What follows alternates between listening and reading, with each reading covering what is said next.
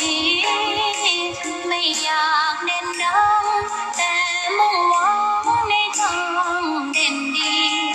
เกิดมาเพื่อสร้างบารมีถวายชีพนี้บูชาดอกบัวดอกน้อยเฝ้าคอยคนที่ใจบุญมาออกเกื้อกูลรู้ค่าของบุญเก็บบัวขึ้นมา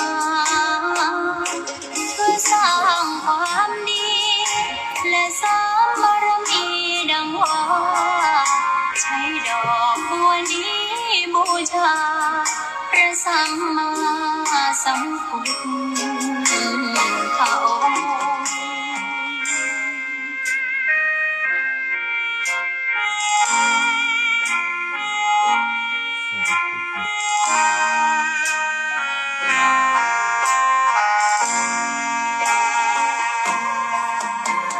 ใครไม่มองว่าบัวงามเด่นแต่บัวก็เป็นดอกบัวทุกวันอย่างนี้ไม่อยากเด่นดัง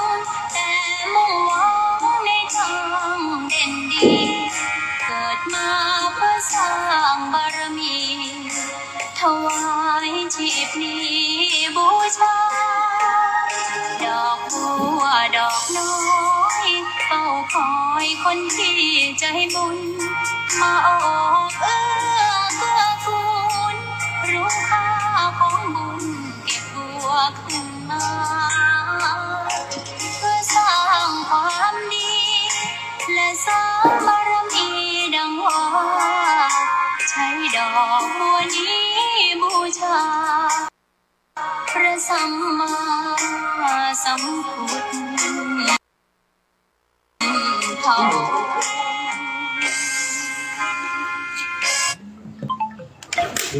าขอนอบน้อมต่อพระรัตนตรัยแก้วเจ้าสามประการ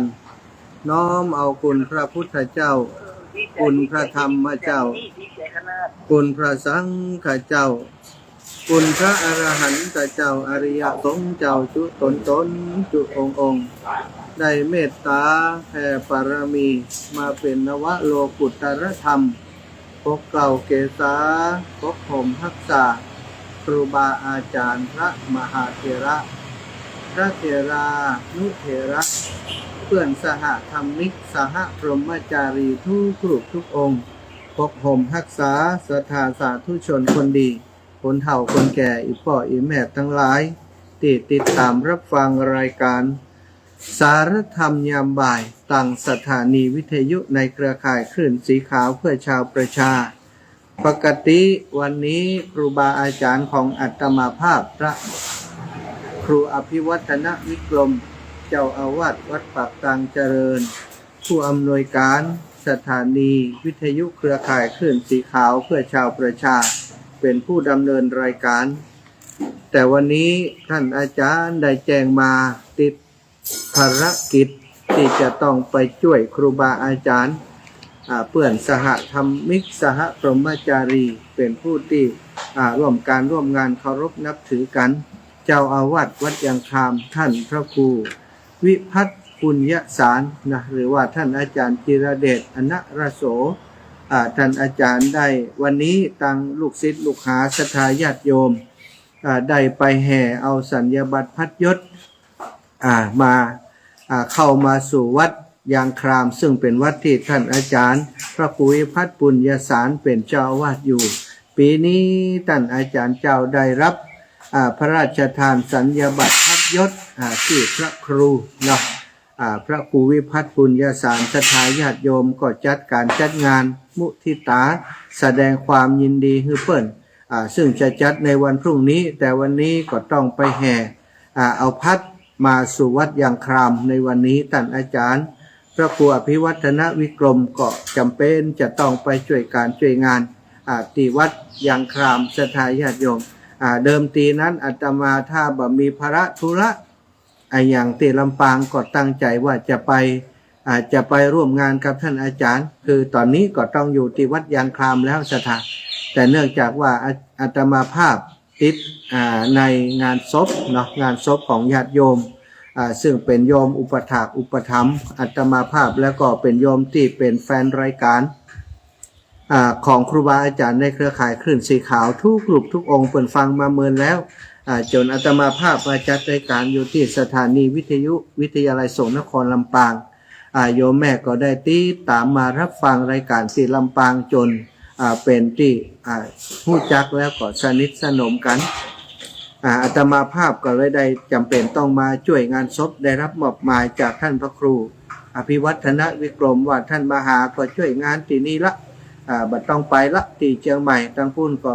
มีหลายคนอยู่เดี๋ยวผมจะไปช่วยตังปุ้นแล้วก็ตุ้ลุงยองหลายท่านหลายคนก็อยู่ตังปุ้นละท่านมหาก็ดูแลที่ลำปางอาตมาภาพก็ทำตามที่ครูบาอาจารย์ได้แจ้งได้บอกเนาะก็มาช่วยงานของงานศพของโยมแม่ทองศรีสุยะใจมาช่วยลูกช่วยหลานของเพื่อนวันนี้ก็เลยได้รับมอบหมายให้ท่านอาจารย์ว่าวันนี้สะดวกจัดรายการก่อนเนาะในช่วงเวลานี้ที่งานศพก็ยังบ่มีอย่างเตื้อเสถางานศพวันนี้เป็นวันดาเนาะวันพุธที่31เป็นวันดาวันพรุ่งนี้วันที่มิถุนาวันศุกร์วันพฤหัสที่1ก็จะเป็นวันที่ทำพิธีชาปนกิจศพของโยมแม่วันนี้อาตมาภาพก็ได้มาช่วยมาดูแลญาติโยมที่เป็นแฟนรายการโดยเพิ่นมาช่วยห้างช่วยดาตีงานศพของโยมแม่ทองศรีสุยะใจอาตมาก็เลยมาให้กำลังใจญาติโยมโดยมาให้กำลังใจลูกหลานของโยมแม่ทองศรีสุยะใจที่วัดหนองร่องที่สถานที่ตั้งศพบำเพ็ญกุศลก็เลยรวดเอาเครื่องนอน เอาเครื่องนอนที่จะให้เดินทางทุกครั้งเนาะมาปักรถอยู่ที่สุสานอยู่ที่ปัจจาบันหนองร่องซึ่งวันก่อนอาตมาพักที่เนี้ยก็มีโยมแม่ทองศรีสุยะใจเป็นด้ามเป็นลูกเป็นคนมาดูแลมาจัดสถานที่มาปัดมากวาดมาเพียวพัดปัดกวาดมาต่อน้ำมาดูแลเรื่องน้ำเรื่องไฟคืออาตมาภาพเนาะวันนี้โยมแม่มาอยู่แล้วอาตมาก็ยังได้มีโอกาสมานอนที่ป่าช้าแห่งนี้ก็ยังระลึกนึกถึงนะวันก่อนที่โยมแม่ยังมีชีวิตอยู่ที่ได้มาดูแลอาตมาที่ป่าช้าแห่งนี้วันนี้แม่มาอยู่แล้วก็ยังได้มาพักที่ป่าช้าแห่งนี้อยู่เพื่อระลึกถึงคุณงามความดีของโยมแม่เป็นตัวค่ำคืนนี้ก็จะได้มาพักปฏิบัติธรรมอยู่ที่ป่าช้าเนี่ยศรัทธาญาติโยมวันพรุ่งนี้เพิ่นจะทำพิธีชาปนกิจที่นี่หลังจากทำพิธีชาปนกิจเรียบร้อยอาตมาภาพก็จะได้เดินทางไปที่วัดยางครามที่ของท่านพระครูวิพัฒน์ปุญญสารจะไปร่วมมุทิตากับท่านอาจารย์เจ้าเปิ้นตวยศรัทธาญาติโยมวันนี้พี่น้องนะก็ทักทายกับญาติโยมตั้งเชียงใหม่ตั้งลำพูนตั้งเมืองฝางตั้งเชียงไฮ้แล้วก็ทุกที่ทุกแห่งที่เข้ามาชมเข้ามารับฟังรายการสารธรรมยามบ่ายทางสถานีวิทยุในเครือข่ายคลื่นสีขาววันนี้อาจจะแปลกเสียงไปสักน้อยปกติแล้วศรัทธาญาติโยมทุกท่านจะได้รับฟังการจัดรายการของท่านอาจารย์พระครูอภิวัฒนวิกรมแต่วันนี้ท่านทั้งหลายได้ฟังจากอาตมาภาพเนาะก็กูเตื้อท่านพระครูอภิวัตรวิจัยกาวันนี้จะได้เป็นท่านอาจารย์มหาสมชาติชาตปัญโยบางข้องอาจจะบอกหู้จักก็ได้ว่าอันนี้เสียงไฟนะก็ขออนุญาตแนะนำตัวเนาะอาตมาภาพพระมหาสมชาติชาตปัญโยก็เป็นลูกศิษย์ลูกหาของครูบาอาจารย์ในเครือข่ายคลื่นสีขาวทุกรูปทุกองค์วันนี้ได้รับเมตตาจากท่าน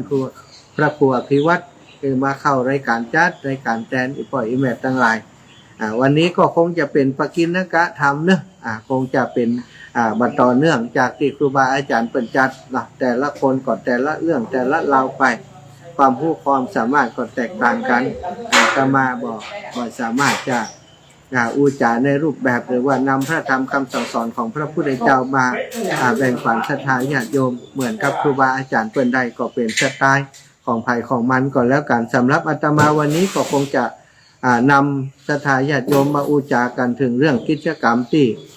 ครูบาอาจารย์ ในเครือข่ายคลื่นสีขาวจะร่วมกันทำในวันที่15เดือนกรกฎาคมก็คือกิจกรรมเกี่ยวกับการหล่อเทียนจำนำพรรษาเนาะที่จะจัดขึ้นที่วัดทุ่งโป่งโรงเรียนบ้านทุ่งโป่งตำบลเมืองปานอำเภอเมืองปานจังหวัดลำปางตอนนี้โยมน้องเพ็ญศรีสุทธะเนาะเข้ามาชมทาง Facebook ไลฟ์แม่ชื่นใจไพวันและอีกหลายคนโยมแม่พิสมัยเขื่อนคำแสนบ้านนางแลเนาะก็เข้ามาชมโยมแม่พิสมัยเขื่อนคำแสนติดต่อกับโยมแม่น้อยอินยาศรีเนาะเรื่องรถตีจะไปฮับตอนนี้ตุลูกจัดได้การอยู่คงประสานเรื่องรถเธอโยมแม่บ่ได้โยมแม่ประสานครับโยมแม่น้อยอินยาศรีเรื่องรถว่าพอซักไปฮับแล้วหรือยังไปอยู่ถึงที่ไหนแล้วเนาะก็คิดวันตอนนี้ก็น่าจะเดินทางแล้วพอซักจะไปฮับโยมแม่พิสมัยเขื่อนคำแสนโยมแม่ซุกเนาะโยมแม่ทองซุกที่จะมาสวดมนต์ที่วัดหนองร่องสวดมนต์ที่ศาลาสวดศพวัดหนองร่องวันนี้จะมาสวดมนต์ทำวัดสวดมนต์แล้วก็มาปฏิบัติธรรมแผ่เมตตาเพื่อกับโยมแม่ทองศรีสุยะใจต้องขอบคุณโยมแม่พิสมัยโยมแม่บัวลอยสายเขียวนะโยมแม่ทองซุกซึ่งจะปาญาติธรรมลูกหลานชมรมผู้ปฏิบัติธรรมของวัดนางแลปาสวดมนต์ที่วัดหนองร่องนะซึ่งเป็นวัดที่ตั้งศพของโยมแม่บำเพ็ญกุศลที่นี่ก็ขอให้โยมแม่พิสมัยเขื่อนคำแสนประสานงานกับโยมแม่น้อยอินยาศรีเนาะตอนนี้อาตมาจัดรายการอยู่สามารถจะโทรศัพท์จะประสานงานที่โยมแม่ได้แต่ได้อู้จากันไปแล้วเนาะว่าจะไปฮับกันกี่โมงได้แจ้งกับโยมแม่น้อยอินยาศรีไปแล้วก็ขอให้มาถึงที่วัดหนองร่องนี่ประมาณ5 โมงปลายกินข้าวกินปลาแล้วก็จะได้ปากันทำวัดสวดมนต์อาตมาก็จะจัดรายการอยู่ที่นี่2 ชั่วโมงด้วยกัน15 นาฬิกาถึง 17 นาฬิกาจะทายปล่อยแหวดต่างหลายเนาะก็จะนำเรื่องราวเกี่ยวกับงานศพของโยมแม่ทองศรีสุยะใจเรื่องราวดีๆที่โยมแม่ทองศรีสุยะใจได้ฝากไว้ในพระพุทธศาสนาโดยเฉพาะได้ฝากไว้ในฐานะที่เป็นญาติโยมที่ฟังรายการธรรมะของครูบาอาจารย์คลื่นสีขาวแล้วก็ครูบาอาจารย์106.50 เมกะเฮิรตซ์วิทยาลัยสงฆ์ที่ผ่านมาโยมแม่เขามีกิจกรรมที่ของคลื่นสีขาวที่ไหนก็ตามวัดเหล่ามณฑาทิพย์โยมแม่ก็ไปร่วมเนาะที่แม้กระทั่งที่เมืองฝางก็ไปร่วม2 ครั้งแล้วสถานที่พระธาตุจอมพอครั้งก่อนเมื่อไปพุ่นเนาะไปที่งาน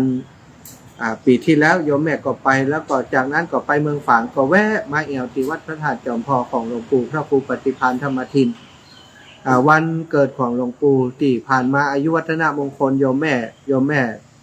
บ่ได้ไปเนาะโยมแม่บ่ได้ไปก็ได้ฝากปัจจัยไปให้ไปหอมอยู่งานการของครูบาอาจารย์ที่ตังลำปางโยมแม่เพิ่นก็ไปช่วยตลอดสถานก็ทำให้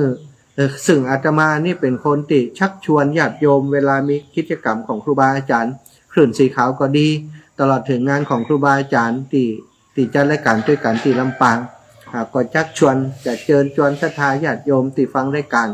ไปให้กำลังใจครูบาอาจารย์ตลอดหนึ่งในนั้นที่ไปตลอดจนไปที่ไหนก็ไปหมดนั่นก็คือโยมแม่ทองศรีสุยะใจวันนี้เหลือแต่ชื่อเหลือแต่คุณงามและความดีที่โยมแม่ได้สร้างสมอบรมมาได้ทำเพื่อหมู่เฮาเอาไว้เท่านั้นจะค่ะจะบอกว่าอย่างไรมันเป็นสิ่งที่เฮาทุกคนเนาะเกิดมาก็จะต้องตายเหมือนกันทุกคนน่ะบอกว่าเฮาจะไปวันใดโยมแม่ทองศรีสุยะใจนี่เปิ่นมีอายุได้73 ปีสถานอย่างเข้า74ยังเป็นคนที่บาแปลงแห่งนักยังแข็งแรงอยู่บอกว่างานใกล้ไก่ที่ไหนเป็นงานที่ถ้าเปิ่นฮู้ว่าเป็นงานศพก็ดีเป็นงานวัดว่าอารามติครูบาอาจารย์เปิ่นแจ้งเปิ่นบอกมาโยมแม่จะไปช่วยทุกครั้งสถานงานศพที่ในหมู่บ้านนี้บ่เคยขาดแม้แต่วันเดียวโยมแม่คนในหมู่บ้านบอกว่าแม่ทองศรีนี่เปิ่นเป็นคนที่ มีจิตอาสามีจิตอาสาสูงช่วยการช่วยงานของวัดวาอารามของงานของในหมู่บ้านเนี้ยเป็นกำลังเนาะเป็นกำลังคือคนในหมู่บ้านเนี้ยได้สมัครสมานสามัคคีได้มีโอกาสไปร่วมบุญกับครูบาอาจารย์หลายที่หลายแห่งก็อาศัยเปิดเนี้ยอาตมาภาพตั้งแต่หัวจักโยมแม่มาก็หันการปฏิบัติตัวของเปิ่นแบบติเจ้าบ้านเปิ่นเล่าให้ฟังเปิ่นอู้ให้ฟังเนี้ยงานศพตีเมืองปานเปิ่นมีลูกหลานอยู่ตีเมืองปานเปิ่นก็ไปบ่อยศรัทธาญาติโยมพอมาหู้จักกันเปิ่นก็เล่าให้ฟังว่าโอ้ความจริงอีแม่เคยหันท่านอาจารย์แล้ว ตอนที่เป็นโฆษกพิธีกรอยู่เมืองปานอีแม่ก็เคยหันอยู่โอ้บ่นึกว่าตอนนี้มาหันอีกครั้งหนึ่งนี้ท่านอาจารย์เป็นผู้เจ้าแล้วก็มีโอกาสได้มาสนิทสนมพบปะกันเนาะมันก็เป็นเรื่องแปลกเหมือนกันแล้วก็ญาติพี่น้องของโยมแม่ตีเมืองปานส่วนใหญ่ก็เป็นญาติพี่น้องกับอาตมาอีกส่วนหนึ่งเหมือนกันก็เลยกลายเป็นว่าเอาไปเอามาคนเฮาไล่หากันไล่ไปไล่มาก็กลายเป็นว่าฮู้จักกันหมดเนาะ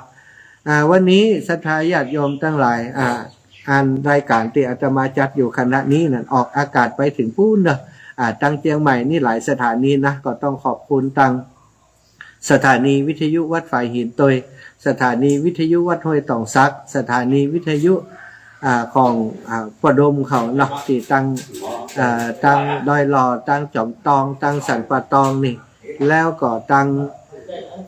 106.50 เมกะเฮิรตซ์ที่วิทยาลัยสงฆ์นครลำปาง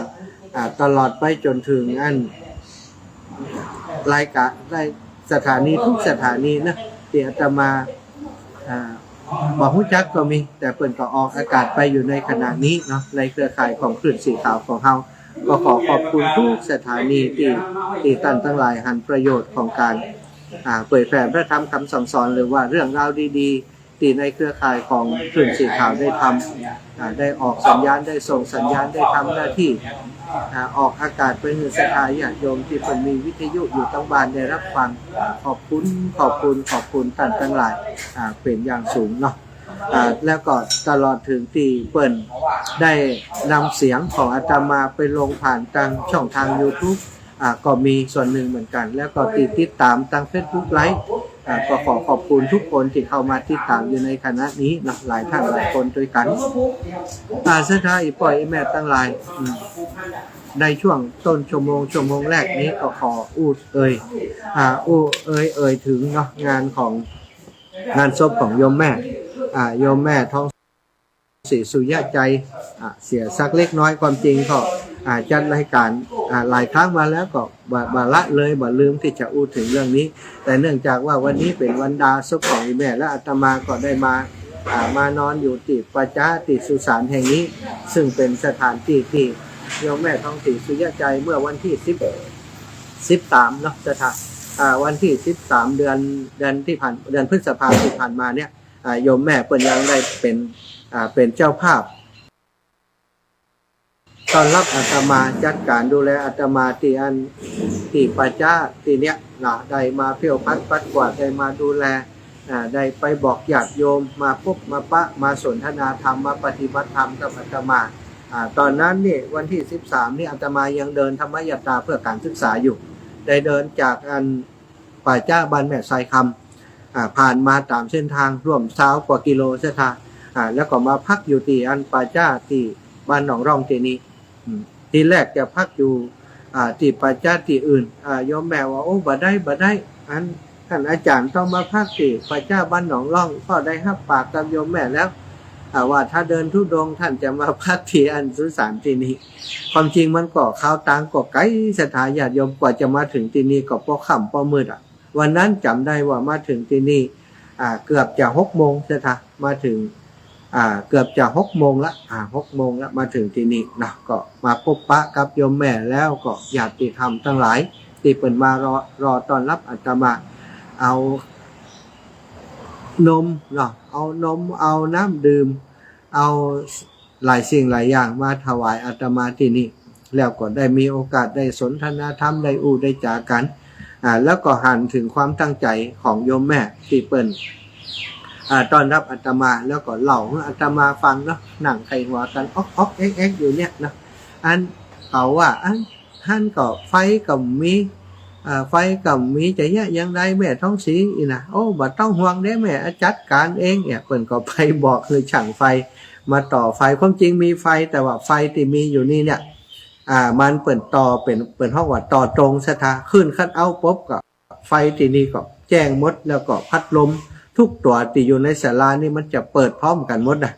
มันก็ทำให้ว่ามันเปลืองไฟศรัทธาญาติโยมเพราะเขาบ่ได้ใจไฟถึงขนาดนั้นแล้วก็บ่อยากจะใจพัดลมเปิ้นอันมันเปลืองไฟเปิ้นก็เลยต้องตัดไฟในส่วนนั้นไปตัดไฟในส่วนนั้นไปขอเฉพาะปลั๊กไฟแล้วก็ไฟแสงสว่างแค่หลอดเดียวเนาะโยมแม่เปิ้นก็มาจัดการให้หมดน้ำถ่าห้องน้ำห้องถ่ามาล้างมาทำความสะอาดให้ตอนรับวันนั้นแต่วันนี้ก็เหลือเพียงแต่คุณงามความดีในวันนั้นนอกจากโยมแม่จะดูแลเรื่องตีพักตีอาศัยแล้วหลังจากตีกลับจากตีสุสานไปเปิ่นก็ไล่ไปบอกศรัทธาญาติโยมว่าตอนนี้ท่านอาจารย์มหาสมชาติมาพักตีปัจจ้าบ้านเฮาแล้ววันผูกเปิ่นจะบิณฑบาตในหมู่บ้านเฮาขอให้ทุกคนที่จะใส่บาตรท่านอาจารย์มาอยู่ที่หน้าปากซอยเนอะถ้าให้เปิ่นเดินเข้าไปในซอยมันจะมันจะเสียเวลามันจะนักลำไปเปิ่นจะเดินเฉพาะทางหลวงทางใหญ่ที่ผ่านหมู่บ้านเฮาแต่อันเนาะเปิ่นก็ไล่ไปบอกศรัทธาญาติโยมในหมู่บ้านซึ่งศรัทธาญาติโยมในหมู่บ้านก็ทำตามที่โยมแม่นั่นนะบอกเนาะตอนเจ้าของวันที่14ที่อาตมาเดินออกจากปัจจ้าที่นี้ไปเนาะก็พอดีว่าก่อนจะออกเดินทางเนี่ยก็ได้ถ่ายไล่สดคือศรัทธาญาติโยมที่เปิ่นติดตามธุดงค์ธรรมยัตราของอาตมาได้หันสภาพ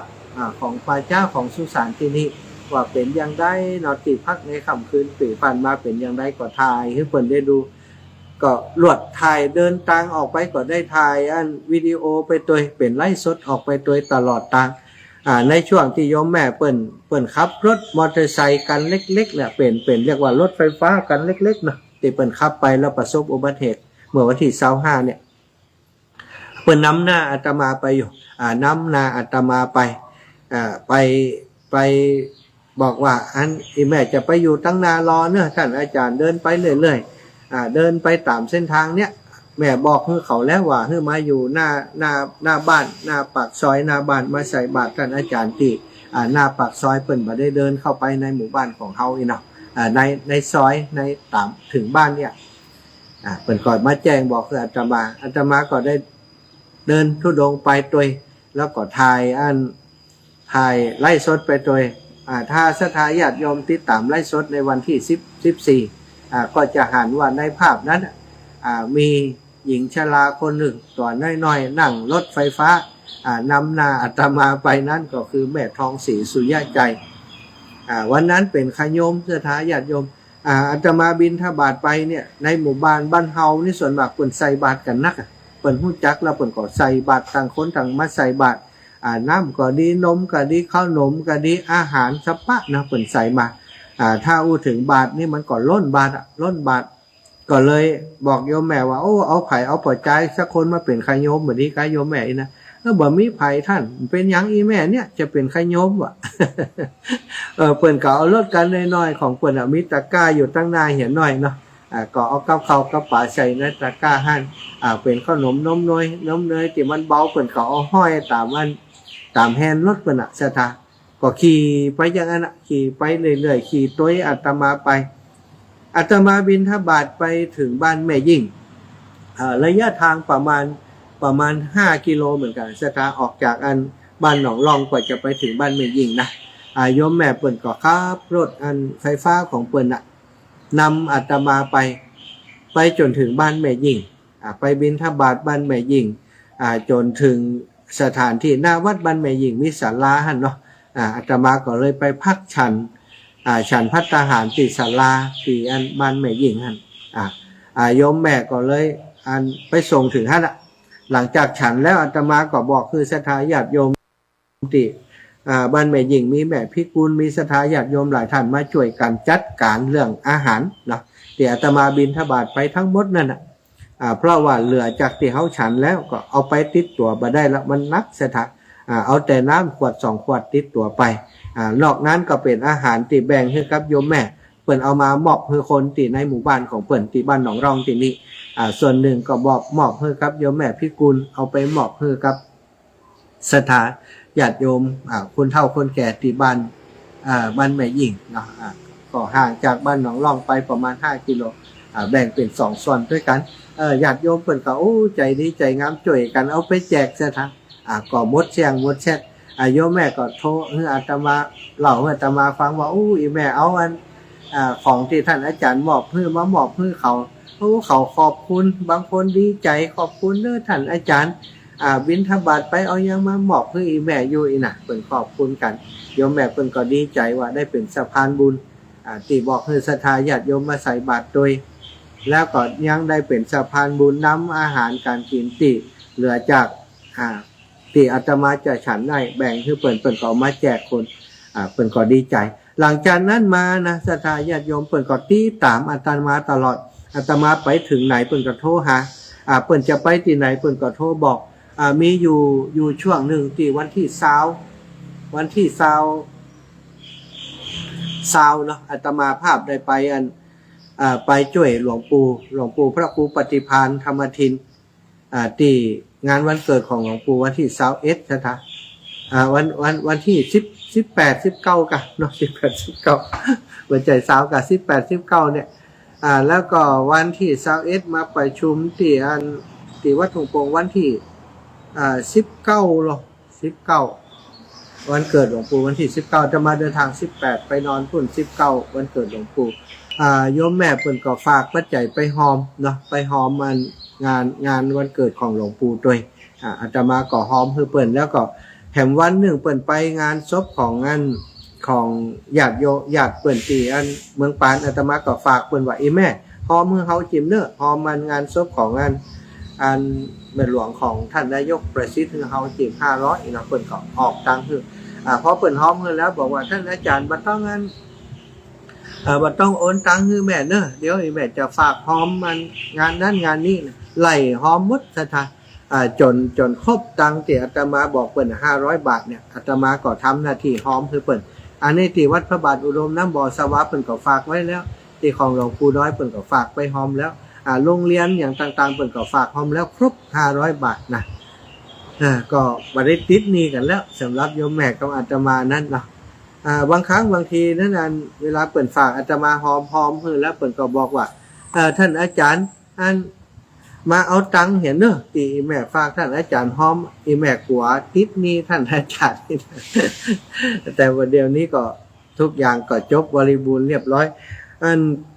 พออาตมาไปประชุมที่เมืองปานวันที่21ประชุมที่เมืองปานได้ทราบว่าจะมีการรอเตียนวันที่15เรียบร้อยอาตมาก็แจ้งให้โยมแม่ได้รับทราบแล้วก็ที่อาตมาไปวัดพระบาทอุดมน้ำบ่อวัดพระธาตุจอมพอมีโยมเปิ่นฝากซองผ้าป่ามา2 ปึกด้วยกันอาตมาก็ว่าเอาไปให้ไผจ่ายให้เนาะเพราะคนอื่นก็กลัวจะเปิ่นบ่สะดวกก็ให้โยมแม่น้อยอินยาสีไปเหียปึกหนึ่งมีตัวใดบ่ฮู้ประมาณ20ซองหรือว่า10ซองก็บ่แน่ใจเอาให้โยมแม่น้อยอินยาสีไปปึกหนึ่งแล้วก็สั่งแม่น้อยว่าเอาไปฝากที่โยมแม่โยมแม่ท้องสีสุญญาใจแห่งปึกหนึ่งเน้อโยมแม่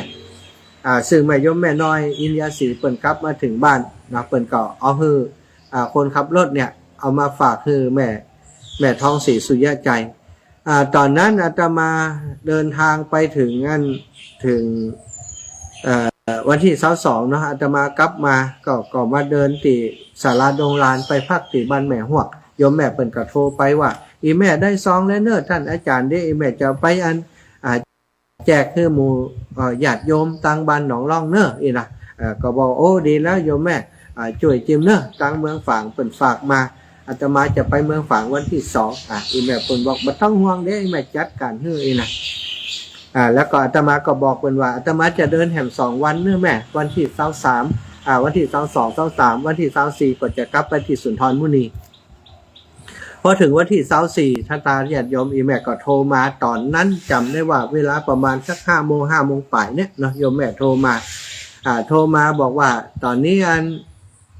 ท่านอาจารย์อยู่ที่ไหนก็บอกว่าอยู่ที่สุนทรมุนีแล้วอีแม่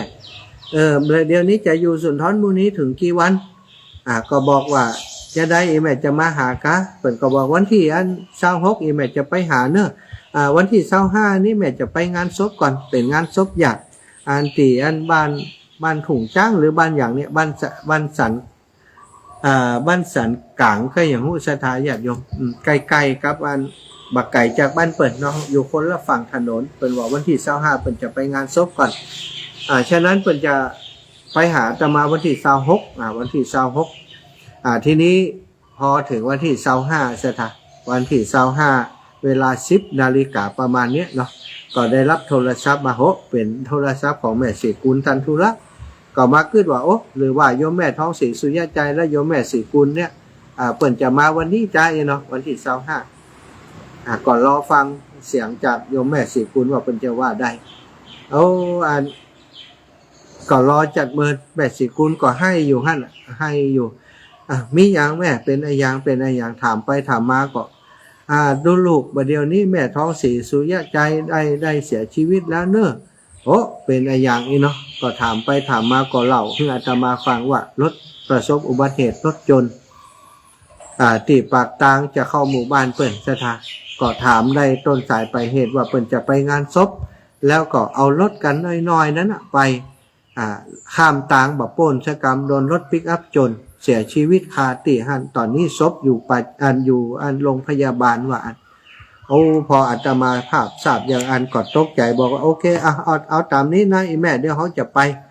ตอนนี้มีศรัทธาญาติโยมมาแอวหาอยู่เนาะตอนนั้นก็คือโยมแม่บัวเย็นจันทบได้ไปแอวหาอาตมาที่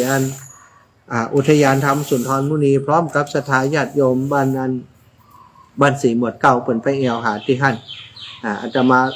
ภาพก็เลยบอกคือกับโยมแม่ว่าจะเสร็จจากงานตอนรับศรัทธาญาติโยมที่เปิ่นไปแอวหาหั่นจะมาที่บ้านหนองรองเนาะซึ่งเมื่อโยมแม่บัวเย็นจันทบเปิ่นกลับไปแล้วอาตมาก็บอกคือปวดซักเนาะโยมปวดซักแล้วก็โยมแม่น้อยอินเดียศรีไปรับอาตมาที่อุทยานธรรมพระสุนทรมุนีมาที่งานศพของโยมแม่ศรัทธาญาติโยมมาถึงตอนนั้นก็ประมาณเวลา3 โมงเนาะ3 โมงปลายเนี่ยก็จับเวลาพอดีกับที่ตังโรงพยาบาลเปิ่นนำศพของโยมแม่มาส่งถึงวัดหนองร่องเนาะนั่นก็คือเรื่องราวของโยมแม่ทองศรีสุริยใจเปิ่นเป็นคนที่มีจิตใจดีงามศรัทธาญาติโยมเป็นผู้ที่มีจิตใจเป็นจิตอาสาชอบช่วยงานของพี่น้องเจ้าบ้านเป็นคนมีน้ำจิตน้ำใจดีงามในฐานะที่เปิ่นเป็นชาวพุทธเป็นพุทธศาสนิกชนเปิ่นก็เป็นชาวพุทธที่ดีมีความตั้งใจในการฮือตานในการรักษาศีลเป็นผู้ที่เป็นสัมมาทิฏฐิมีความเห็นเที่ยงตรงนับถือพระรัตนตรัยเป็นที่จังที่เปิ่นอย่างมั่นคงบักครอนแคลนสถาเปิ่นไปวัดไปวาเนี่ยอาตมาภาพมีโอกาสได้พบกับท่านพระครูพระครูวาปีธรรมเกษมหลวงพ่อเปิ่นเป็นเจ้าคณะตำบลบ้านเป้าแล้วก็เป็นเจ้าอาวาสวัดหนองร่องหลวงพ่อก็บอกว่าทุกวันบักเคยขาดซักวันที่เปิ่นจะมาส่งเข้าส่งจันหันแล้วก็ทุกวันพระวันศีลเปิ่นต้องเข้าวัดมาปฏิบัติธรรมกับญาติธรรมทั้งหลายที่วัดหนองร่องนี่เป็นประจำตลอดพรรษาสถานในช่วงเข้าพรรษานี้ตลอดพรรษาเปิ่นจะต้องเข้าวัดเข้าวาเป็นประจำแล้วมีงานบุญกินตาลที่วัดหนองร่องเนี่ยเปิ่นก็จะเป็น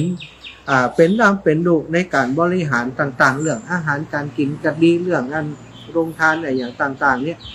การต้อนรับขับสู่ดูแลญาติโยมที่มาจากต่างบ้านต่างจองแม่ท้องศรีจะทำเป็นธรรมชาติอยู่ตลอดอย่างขาดตกบกพร่องในวัดในวาการกินการต้านอย่างต่างๆเนี่ยเปิ่นจะเป็นรับอาสาดูแลให้หมดสถานอันเนี้ยก็คือคนที่เปิ่นสร้างสมเนาะสร้างสมคุณงามความดีเป็นแบบเป็นอย่างให้ลูกให้หลานให้คนต่างหลังได้หันวัดปฏิบัติอันงดงามของเปิ่นตอนที่อาตมามาจัดรายการอยู่ที่106.50 เมกะเฮิรตซ์ศรัทธาญาติโยมแรกๆก็ ตังลำปางเนาะเปิ่นก็โทรมาเขาถามว่าโอ้ยแม่ฟังมาเมินกะโอ้เมินแล้วท่านอาจารย์แม่ฟังจากอันขึ้นสีขาวมาเมินแล้วเขาก็ถามว่าขึ้นสีขาวมีไฟพ่องที่แม่ฮู้จักเปิ่นก็เล่าให้ฟังหลายหมู่บ้านด้วยกันหมู่บ้านหนึ่งที่อาตมาจำได้ก็คือหมู่บ้านเนี้ยบ้านหนองร่องเนี่ยจะมีแม่ศรีกุลตันทุระเป็นคนที่ชอบโทรแม่ศรีกุลตันทุระบางครั้งบางทีก็มีโยมแม่ทองศรีสุยะใจโทรไปแต่ส่วนใหญ่จะเป็นแม่ศรีกุลตันทุระเวลาอาตมาจัดรายการเวลามีกิจกรรมอย่างก็จะฝากที่แม่ศรีกุลว่าแม่ศรีกุลเนอะอันไปแอวด้วยกันเนาะไปอันกฐินตรงปงนะไปกฐินบ้านคิวนะไปกฐินไปที่หันที่นี่จะบอกคือแม่ศรีกุลตันทุระตลอดแล้วก็คนที่อยู่เบื้องหลังเนาะการจวนกลายเป็นว่าเป็นแม่ทองศรีสุยะใจ แม่ทองศรีว่าอันอีแม่ก็ฟังที่ท่านอาจารย์บอกพออาจารย์บอกว่าไปหันไปนี่ก็จวนกับแม่ศรีกุลไปบอกคนนั้นคนนี้แม่ศรีกุลนี่เปิ่นไปไหนบ่ค่อยสะดวกเสียท่าเพราะว่าเปิ่นเป็นด้านขาของเปิ่นกระดูกของเปิ่นจะเป็นคนเจ็บหัวเข่าแข้งขาไปไหนบ่ค่อยสะดวกเดินเหินบ่ค่อยสะดวกตัวใดจะเป็นแม่ท้องศรีสุยะใจนะเนาะเป็นสะพานบุญไปบอกคือเปิ่นฝูงญาติมิตรทั้งหลายที่บ้านของเปิ่นเฮือกับอาตมาตลอดก็เลยเป็นเวลามีกิจกรรมตีอันสุนทรมุนีก็เช่นเดียวกันทุกครั้งมีผับป่าก็ดีมีการมีงานหรือแม้กระทั่งว่าอาตมากลับจากอัน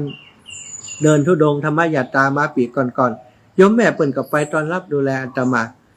ตอนที่สวดมนต์ข้ามปีที่ครูบาอาจารย์ขึ้นสีขาวเปิ่นไปอีแม่ก็ไปปาศรัทธาญาติโยมในหมู่บ้านเนี่ยไปร่วมกิจกรรมกับอาตมาตลอดรู้สึกว่าทุกครั้งที่มีกิจกรรมในลำปางสถานที่อาตมาภาพแล้วก็ครูบาอาจารย์จัดกิจกรรมที่ลำปางที่ของวิทยาลัยสงฆ์นครลำปางหรือว่าที่ไหนก็แล้วแต่โยมแม่เพิ่นจะต้องไปอยู่เสมออันนี้ก็เตรียมตัวว่าวันที่15กรกฎาคมเนี่ยอีแม่จะไปหล่อเตียนที่เมืองปานจะไปกันสักรถ2กันรถเพื่อท่านอาจารย์ประเดี๋ยวนี้จะเตรียมไว้อันจะเตรียมคนไว้จะจดชื่อไว้อันงานวันเกิดของหลวงปู่อีแม่ไปแต่เนอะอีแม่จะไปอันตอนวัน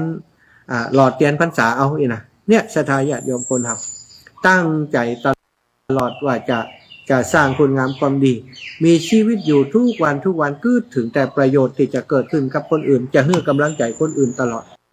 อันนี้คือนิสัยใจคอของโยมแม่ทองศรีสุยะใจเป็นสิ่งที่ทำให้อาตมาเนี่ยลืมบัลลงศรัทธาตลอดไป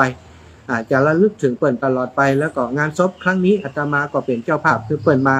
า2 คืนแล้วคืนนี้เป็นคืนที่3ซึ่งก็เป็นเจ้าภาพนิมนต์คืนแรกวันเสาร์ที่27อาตมานิมนต์ครูบาอาจารย์ท่านพระครูอภิวัตรมาเทศน์28ก็นิมนต์ท่านอาจารย์พระครูสังฆลักษณ์รัตอัตเนาะรัตนศิริรัตนศิริเนาะได้มาเทศน์แล้วก็คืนนี้วันที่31นี้อาตมาได้นิมนต์ท่านอาจารย์พระมหานุพดลสุวรรณเมธีผอ.วิทยาลัยสงฆ์นครลำปางเจ้าคณะอำเภอวังเหนือมาเทศน์สถาอีปล่อยแม่ที่ลำปางเนอะถ้าฟังรายการอยู่ถ้าสามารถมาได้ก็มากันถ้ามาบ่ได้ก็ฟังอยู่ทางบ้านได้วันนี้อาตมาจะไล่สดโดยแล้วก็จะออกอากาศให้ศรัทธาญาติโยมได้รับฟังตัวเนาะศรัทธาญาติโยมก็ฟังอยู่ทางบ้านได้เนอะอีปล่อยอีแม่ทั้งหลายที่ฟังอยู่ทางบ้านก็สามารถจะรับฟังได้ก็จะประสานงานทางครูบาอาจารย์ท่านอาจารย์พระมหาบวรวิทย์รัตนโชโตถ้าเวลา20 นาฬิกาถึง21 นาฬิกาถ้าท่านอาจารย์จะเมตตาก็อาจจะได้ฟังที่ท่านอาจารย์เทศทางสถานีวิทยุตัวเนาะจะถ่ายญาติโยมอีปล่อยอีแม่ทั้งหลายเดี๋ยวจะประสานงานแห่งกรรมหนึ่งถ้าได้ก็จะเป็นการดีถ้าบ่ได้ก็ดูทางไลฟ์สดเอาแล้วศรัทธาอีปล่อยอีแม่ได้พอเวลาตะกี้15 นาฬิกา48 นาทีก็จะแบ่งปันเวลาให้ศรัทธาญาติโยมได้โทรมามาเอ่ยกันในช่วงชั่วโมงแรกนี้ก่อนเนาะแล้วก็ถึงเวลา16 นาฬิกาซึ่งบางสถานีเปิดเข้าสู่สปอตโฆษณาก็จะพักเบรกสักกรรมหนึ่งเพื่อจะให้ศรัทธาญาติโยมและอาตมาได้พักดื่มน้ำดื่มถ่านและศรัทธาญาติโยมได้ฟัง เพลงธรรมคีตาในช่วงนั้นเนาะตอนนี้ถ้าใครจะโทรมาก็เบอร์เดิมเนอะ0808844173พี่น้องเมืองฝางวันที่2จะไปปะกันโทรมาแจ้งข่าวก่อนติกตะกี้ก่อนเข้ารายการก็โยมแม่จันศรีสุขาเมืองฝางก็โทรมาเนาะเจริญปอนโยมแม่บัวลอยรถไปแล้วยังแม่บาขาแม่อยู่ในบ้านเนี่ยค่ะอ๋อเจ้าได้ไปหาเปิ้นเขาล่ะเจ้าถ้าคือจะมาซ่อมกันที่บ้านจะใกล้แม่เนี่ยอ๋อซ่อมกันแหละเจ้าข้ามน้ำวัดจะได้เนาะอีแม่ได้มาได้เปิ้นเนาะไอ้แม่จะพังทั้งบ้านเนาะอ๋อเจ้าแม่ดีละเนอะดีละแม่เจ้าสาธุแม่สาธุอนุโมทนาด้วยท่านเด้อเจ้าเดี๋ยวจะถ่ายทอดให้แม่ฟังตั้งวันเนอะเจ้าขอบคุณเจ้าสาธุบุญรักษาเจ้าแม่เจ้าสาธุเจ้าเจริญพรค่ะสาธุจ้าสาธุก่อนนะอาจารย์จัดรายการแป๊บหนึ่งนะลูกนะเอาเจริญพรแม่อู้ได้เลยอู้ได้เลยแม่เจ้าพระเจ้าน้อยเสมอโอ้ยเจ้าฟังอย่างนั้นเจ้าแม่อุ้ยอินเนาะแม่สับเสมอเจ้าเสียงดีเสียงชัดเจนเจ้าโอ้ดีขอบคุณนะแม่เนอะเจ้าเป็นกำลังใจท่านตลอดเวลานะเจ้าสาธุเจ้ารักษาสุขภาพเจ้าแม่สาธุบุญรักษาเนอะเนี่ยกูจะแรงมากเจริญพรแม่จันฟองฟังอยู่เด้อเจ้าอีแม่เจ้าเป็นเรื่องหอมอันนี้คือแม่หน่อยเนอะเจ้าอีแม่จะหอมร้อยละเจ้าห้ามากี่ดองนะเจ้าปกกันเป็นโกนะเนาะเสียดายเนาะได้อันมาเนาะไม่เนาะมันเป็นยังเนาะมันบ่หูบ่หันบ่หูเขาบอกสีไปใช้ไฟกับหูตู้แรงเป็นยังเดี๋ยวตู้จะหอมเพื่อแม่เนอะกำลังใจเนอะเจ้าสาธุบุญรักษาเจ้าแม่เจ้าเจริญปอนโยมแม่อยู่ที่ไหนตอนนี้อยู่ที่หน้าพัดลมเนี่ยบ้านเนี่ยนึกว่าไปวัดยางคามไปวันผูกคุณล่ะมาไปฝากพระครูไปแล้ววันนี้จะไปเมืองฝางมันใกล้กันแล้วไปอิดเนาะเจ้าเท่าแล้วก็อิดไปไหนอิดเท่าแล้วก็เดียวโอ้ยเข้ากะเด็กแก่แล้วนี่ได้อยู่ไปได้ปี20 ปีกะ120นู่น120เป็นไหนแม่บ้านพวกน้องเอกป้ากันเมืองฝางเนาะแม่เนาะป้ากันในรถเดี๋ยววันที่1เขาก็ไปนอนพุ่นละมันผูกกับไปเจ้าแม่สาธุนะแม่นะเจ้าจะจีนดีเจ้าไว้สาเจ้าขอบคุณโยมแม่จันเรือนใจเวียงตากการเจริญปอนอย่าไปช้าแล้วนะเปลี่ยนเบอร์ใหม่แหมละเบอร์ใหม่จะหลายเตือนละเบอร์เนี่ยเหรอกะเจ้าวันที่2หลายเตือนแล้วตอนยังแม่ไปสังสุกวันที่2ป้ากันพูดนะแม่วันที่2แม่ไม่ได้ไปนะท่านแม่จะไปพุ่นเพราะว่าแม่จะได้ไปนั่นอยากไปทำไปปฏิบัติธรรมมันเป็นยังทรงใจไปเนอะการเตียนว่าอันเป็นการเตียนที่เข้าพรรษาแล้วท่านมาอยากไปกะไหว้สากันพุ่นเนอะเจ้าแม่เจ้าไหว้สาเจ้ามาหลอดเตียนด้วยกะมาหลอดเตียนได้อย่างไรมาหลอดโดยท่านล้อมเพื่อไปตานด้วยกันเนอะแม่ซุกคำปันแล้วเจริญปอนเจ้าสาธุพระจักรก็นั่น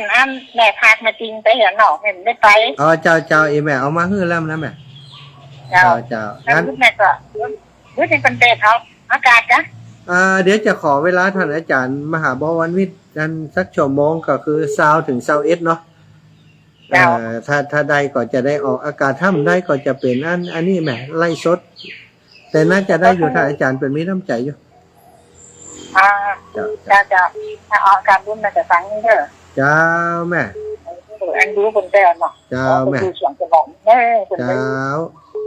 คนทำสร้างบุญแต่สร้างบุญว่า เจ้าไอ้แม่โอ้ฮะเปิ่นก็สบายละไปสวรรค์ก็ไอ้แม่ยังหวานเนาะ หน้าบุญเป็นหน้าต้องเป็นสบายก่อน เจ้าสาธุนะแม่นะ เจ้าสิ เจริญพร มาสักการ อุ้ย เจ้า บุ ท่าน ญ มหา แม่อุ้ยบุญแม่อุ้ยบุญ ตุลงสงชาติเจ้า ตุลุง ทางเล่านะแม่จะมาเศร้าใจอินดูจ้ะ เจ้าไอ้แม่ อ๋ เนาะ ออายุได้จะใดแล้วเจ้า 73ไอ้แม่ 73อีกอ่ะ อืม โอ้ตั้งเพนะเปิ้นบ่ฮื้อออกนอกถนนใหญ่นายกเทศบาลไปจะประกาศนะ ใช่ ต้นอย่างนี้นะ ใช่ ขี่ในหมู่บ้านก็พอแล้วอย่า ใช่ เสียใจด้วยเปิ้นนะเจ้า วัดจับตายย้ำเปิ่นก่อนระวังเหมือนกันนะกูแต่เปิ่นกับเคยเอาไปอะเปิ่นแต่วันนั้นมันมีไผไปตัวอีแม่เปิ่นมีไผ อ๋อ ไป ไง แต่เปิ่ ตั้ น งเพก็ขี่จัดลายเหมือนกันนะคนเท่านะ ใช่ มันอินดูเปิ้นก็ได้ทำบุญมานักเนาะ เจ้านี่แม่เปิ่นมาต่ออัน ไป เฮาอ่ะเปิ่นมาต่ออันเนาะ ออกไปสู่ภพภูมิที่ดีเนอะเจ้า สาธุเนอะ สาธุเจ้าเจ้า บุญรักษาอีกสายหนึ่งแม่โยมแม่มณีเจ้าแม่ เจ้าสาธุเจ้าพระอาจารย์ เจ้าแม่ แม่บัดได้ไปงานศพแม่เพิ่งบุญท่านมหาพร้อมสตังค์ให้ได้เจ้า แม่มณีเดี๋ยวกันนะแม่จดก่อนแม่มณีเนาะ100ล่ะ เจ้าแม่เตรียมบุญฟู100แม่เตรียมเจ้า แม่ของสีบุญฟู100เจ้า 100แม่ก็หอมไปเนียงขางแหมเจ้า เจ้า เมืองฝาง เป็น3คนนะเจ้า เป็น3คนเนาะเมืองฝางเนาะ เจ้า เมืองฝางเป็น จะไปลืมมาเอาวันที่5นะ ต้อง แม่บอกมีรถไปอย่า ต้องติดดอกเฮ้ยเจมจะไปเอา พัฒนา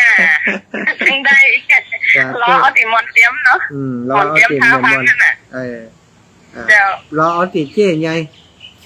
เจ้า สาธุอีแม่ขอบคุณแม่เด้อ เจ้าสาธุเจ้า สาธุบุญรักษาศรัทธาญาติโยมยังมีเวลาอีกเล็กน้อยคนโยมชิดชบาน้องสมพรรัตนางฟังอยู่เจ้าเอาศพไว้เมินใจละเปิ่นเก็บศพไว้เมินแม่ประพันธ์สมมั่งบ้านป่าบงเมืองฝางก็โทรมาแม่สมบูรณ์บ้านไร่ศิลาทองบัดตันฮับเนาะตะกี้เจริญปอนโยมแม่แก้วกันทวัง ไม่สาเด้อ เจ้าแม่ มีหน่อยมาเดียวเนี่ยลำปาง มีลำปางอยู่แม่วันผูกตอนบ่ายจะมีอันร้อยหล่อพุ่นละวันฮือจะมีเมืองฝาง มันโลกนะ ร้อยหล่อจะไปอันงาน พัฒนาค่ะ บ้านวัดยางคล้ามไอ้แม่ อ๋อ อาจารย์จิรเดช อย่างที่เราจะรวดฟรีไหม จะลวดไปถ้าบ่ได้ลวดอีแม่แต่เขาจะไปพุ่นอยู่จะไปเมืองฝางอยู่แม่ อ๋อแสบหัวเด้อ เจ้าสาธุบุญรักษาเนื้อแม่เน้อเจ้าเจริญปอนสายสุดท้ายแม่อ้อย ไม่สาเจ้า เจ้าแม่ แม่มาคือมาได้ไปเด้อ เจ้าแม่ ตรงนี้มาขอใครสัมภาษณ์เจ้า เจ้าบอกเป็นอย่างเน้อ เรา เจ้าข เขา อบ ไป คุ จะ ณ ฟังเนาะในวิทยุ เจ้าบุญไปฟังวิทยุเอาเน้อ เจ้า สาธุบุญรักษาแม่เน้อ เจ้า เจ้า ขอให้เดิ สาน ทาง ธุ ปลอดภัยเนอะวันผูกเนอะ สาธุแม่บุญรักษาเจ้าจ้ะโยมแม่อ้อยนะเอาละศรัทธาญาติโยมในช่วงนี้ก็ขอพักเบรกสักกรรมเนอะดื่มน้ำดื่มท่าก่อนกันเดียวก่อยพบกันใหม่สำหรับช่วงนี้ฟังเพลงขั้นรายการสักแป๊บหนึ่งเนาะเอาเพลงเดิมก็แล้วกันศรัทธาญาติโยมเป็นว่าฟังเพลงนี้ละม่วนดีนะเปิดธรรมะสวัสดีตอนบ่ายครับศรัทธาเท่าแก่อีป่ออีแม่ทั้งหลายที่ติดตามรับฟังรายการสารธรรมยามบ่ายต่างสถานีวิทยุในเครือข่ายคลื่นสีขาว พื่อชาวประชาซึ่งออกอากาศจากวัดปากตางเจริญอำเภอดอยหล่อจังหวัดเชียงใหม่โดยเมตตาบารมีของท่านพระครูอภิวัฒนวิกรมวันนี้ก็มาแทนท่านอาจารย์เด้อศรัทธาญาติโยมท่านเจ้าทั้งหลายที่เข้ามาติดตามในชั่วโมงนี้อาจจะแปลกเสียงไปสักหน่อยว่าโอ้บ่ใช่เสียงของท่านพระครูอภิวัฒน์เนาะวันนี้อาตมาภาพได้รับมอบหมายจากครูบาอาจารย์ให้มาปฏิบัติหน้าที่จัดรายการแทนโดยท่านอาจารย์ได้ไปช่วยงานของท่านอาจารย์พระครูวิพัฒน์ปุญญสารวัดยางคลามเจ้าวาดวัดยางคลามในงานแห่สัญญาบัตรพัดยศเข้ามาสู่วัดวาอารามของเปิ้นในค่ำนี้ในแรงนี้เพื่อจะประกอบพิธีทางศาสนาในวันพรุ่งนี้เนาะวันพรุ่งนี้ก็จะเป็นพิธีเปิ้นเรียกว่าพิธีมุทิตางานสัญญาบัตรพัดยศของเปิ้นเนาะโยมแม่จำลองรังสีสมจากตั้งใดนี่อยู่สุดตุยนะเจ้าเจ้าแม่ว่าใดจ้าอันแม่ว่าจะคือพระอาจารย์พร้อมแม่อี200เนี่ยงานศพกะเจ้าแม่จำลองถ้าท่านจะรอเทียนมาได้ก็จะไปเจอจะเจ้าครับเจ้าได้แม่จำลองรังสีสม200เนาะเจ้ารังสีสมเจ้าได้คนวันนั้นน่ะที่วันไปฮักพระมหาวันที่นั่งกับพี่ผู้จัดแกนะที่อันวัดศรีภูมิม้าแหละเจ้าดีแล้วเนอะขอบคุณอีแม่เนอะจ้ามีน้ำใจต่อกันเนาะแม่เนาะจ้าแม่จำลองรังสีสมติดค้างจากชั่วโมงแรกมาเนอะสถาในชั่วโมงแรกที่ผ่านมาได้อุจาร์ถึงโยมแม่ผู้มีอุปการะคุณต่อศาสนาต่อครูบาอาจารย์ต่อพระสงฆ์องค์สังฆเจ้าในเครือข่ายคลื่นสีขาวของเฮาท่านหนึ่งคือแม่ทองศรีสุริยะใจซึ่งเสียชีวิตจากไปวันนี้เป็นวันดาวันพรุ่งนี้จะเป็นวันชาปนกิจนะก็เลยได้อุจาร์ถึงเปิ้นก็มีศรัทธาญาติโยมหลายท่านด้วยกันตะกี้ระหว่างที่ได้พักไปโยมแม่มณีนะโยมแม่มณีบุญฟูโยมแม่หม่อนเตรียมบุญฟูโยมแม่ผ่องศรีบุญฟู3-4แม่ลูกได้ร่วมบุญงานศพนี้คนละ100เป็น300แล้วก็ร่วมบุญไปที่เมืองฝางคนละ100เหมือนกันเป็น300เป็น600เนาะประเดี๋ยวนี้ก็เป็นโยมแม่จำลองรังสีสมฝากร่วมบุญมาแห่ง200ก็จะได้เอาใส่ซองได้มอบเพื่อตั้งเจ้าภาพได้เป็นเจ้าภาพร่วมกันในค่ำคืนนี้ตัวเนอะขอบคุณท่านทั้งหลายรัชทานชั่วโมงที่2นี้ได้มีโอกาสจัดในการแทนครูบาอาจารย์ก็ขออนุญาตเนาะได้ท่านอาจารย์ก็ว่าได้เฮืออุจาเกี่ยวกับเรื่องงานหล่อเทียนจำนำพรรษาที่จะมีกิจกรรมหล่อเทียนในวันที่15 กรกฎาคมที่จะจัดขึ้นที่วัดทุ่งโป่งที่โรงเรียนบ้านทุ่งโป่งฮือศรัทธาญาติโยมในเครือข่ายของเราได้รับทราบกันนะก็ขอฮืออูเรื่องนี้ซึ่งวันนี้ก็ขออนุญาตเนื้อศรัทธาญาติโยมอาจจะเนื้อหาสาระธรรม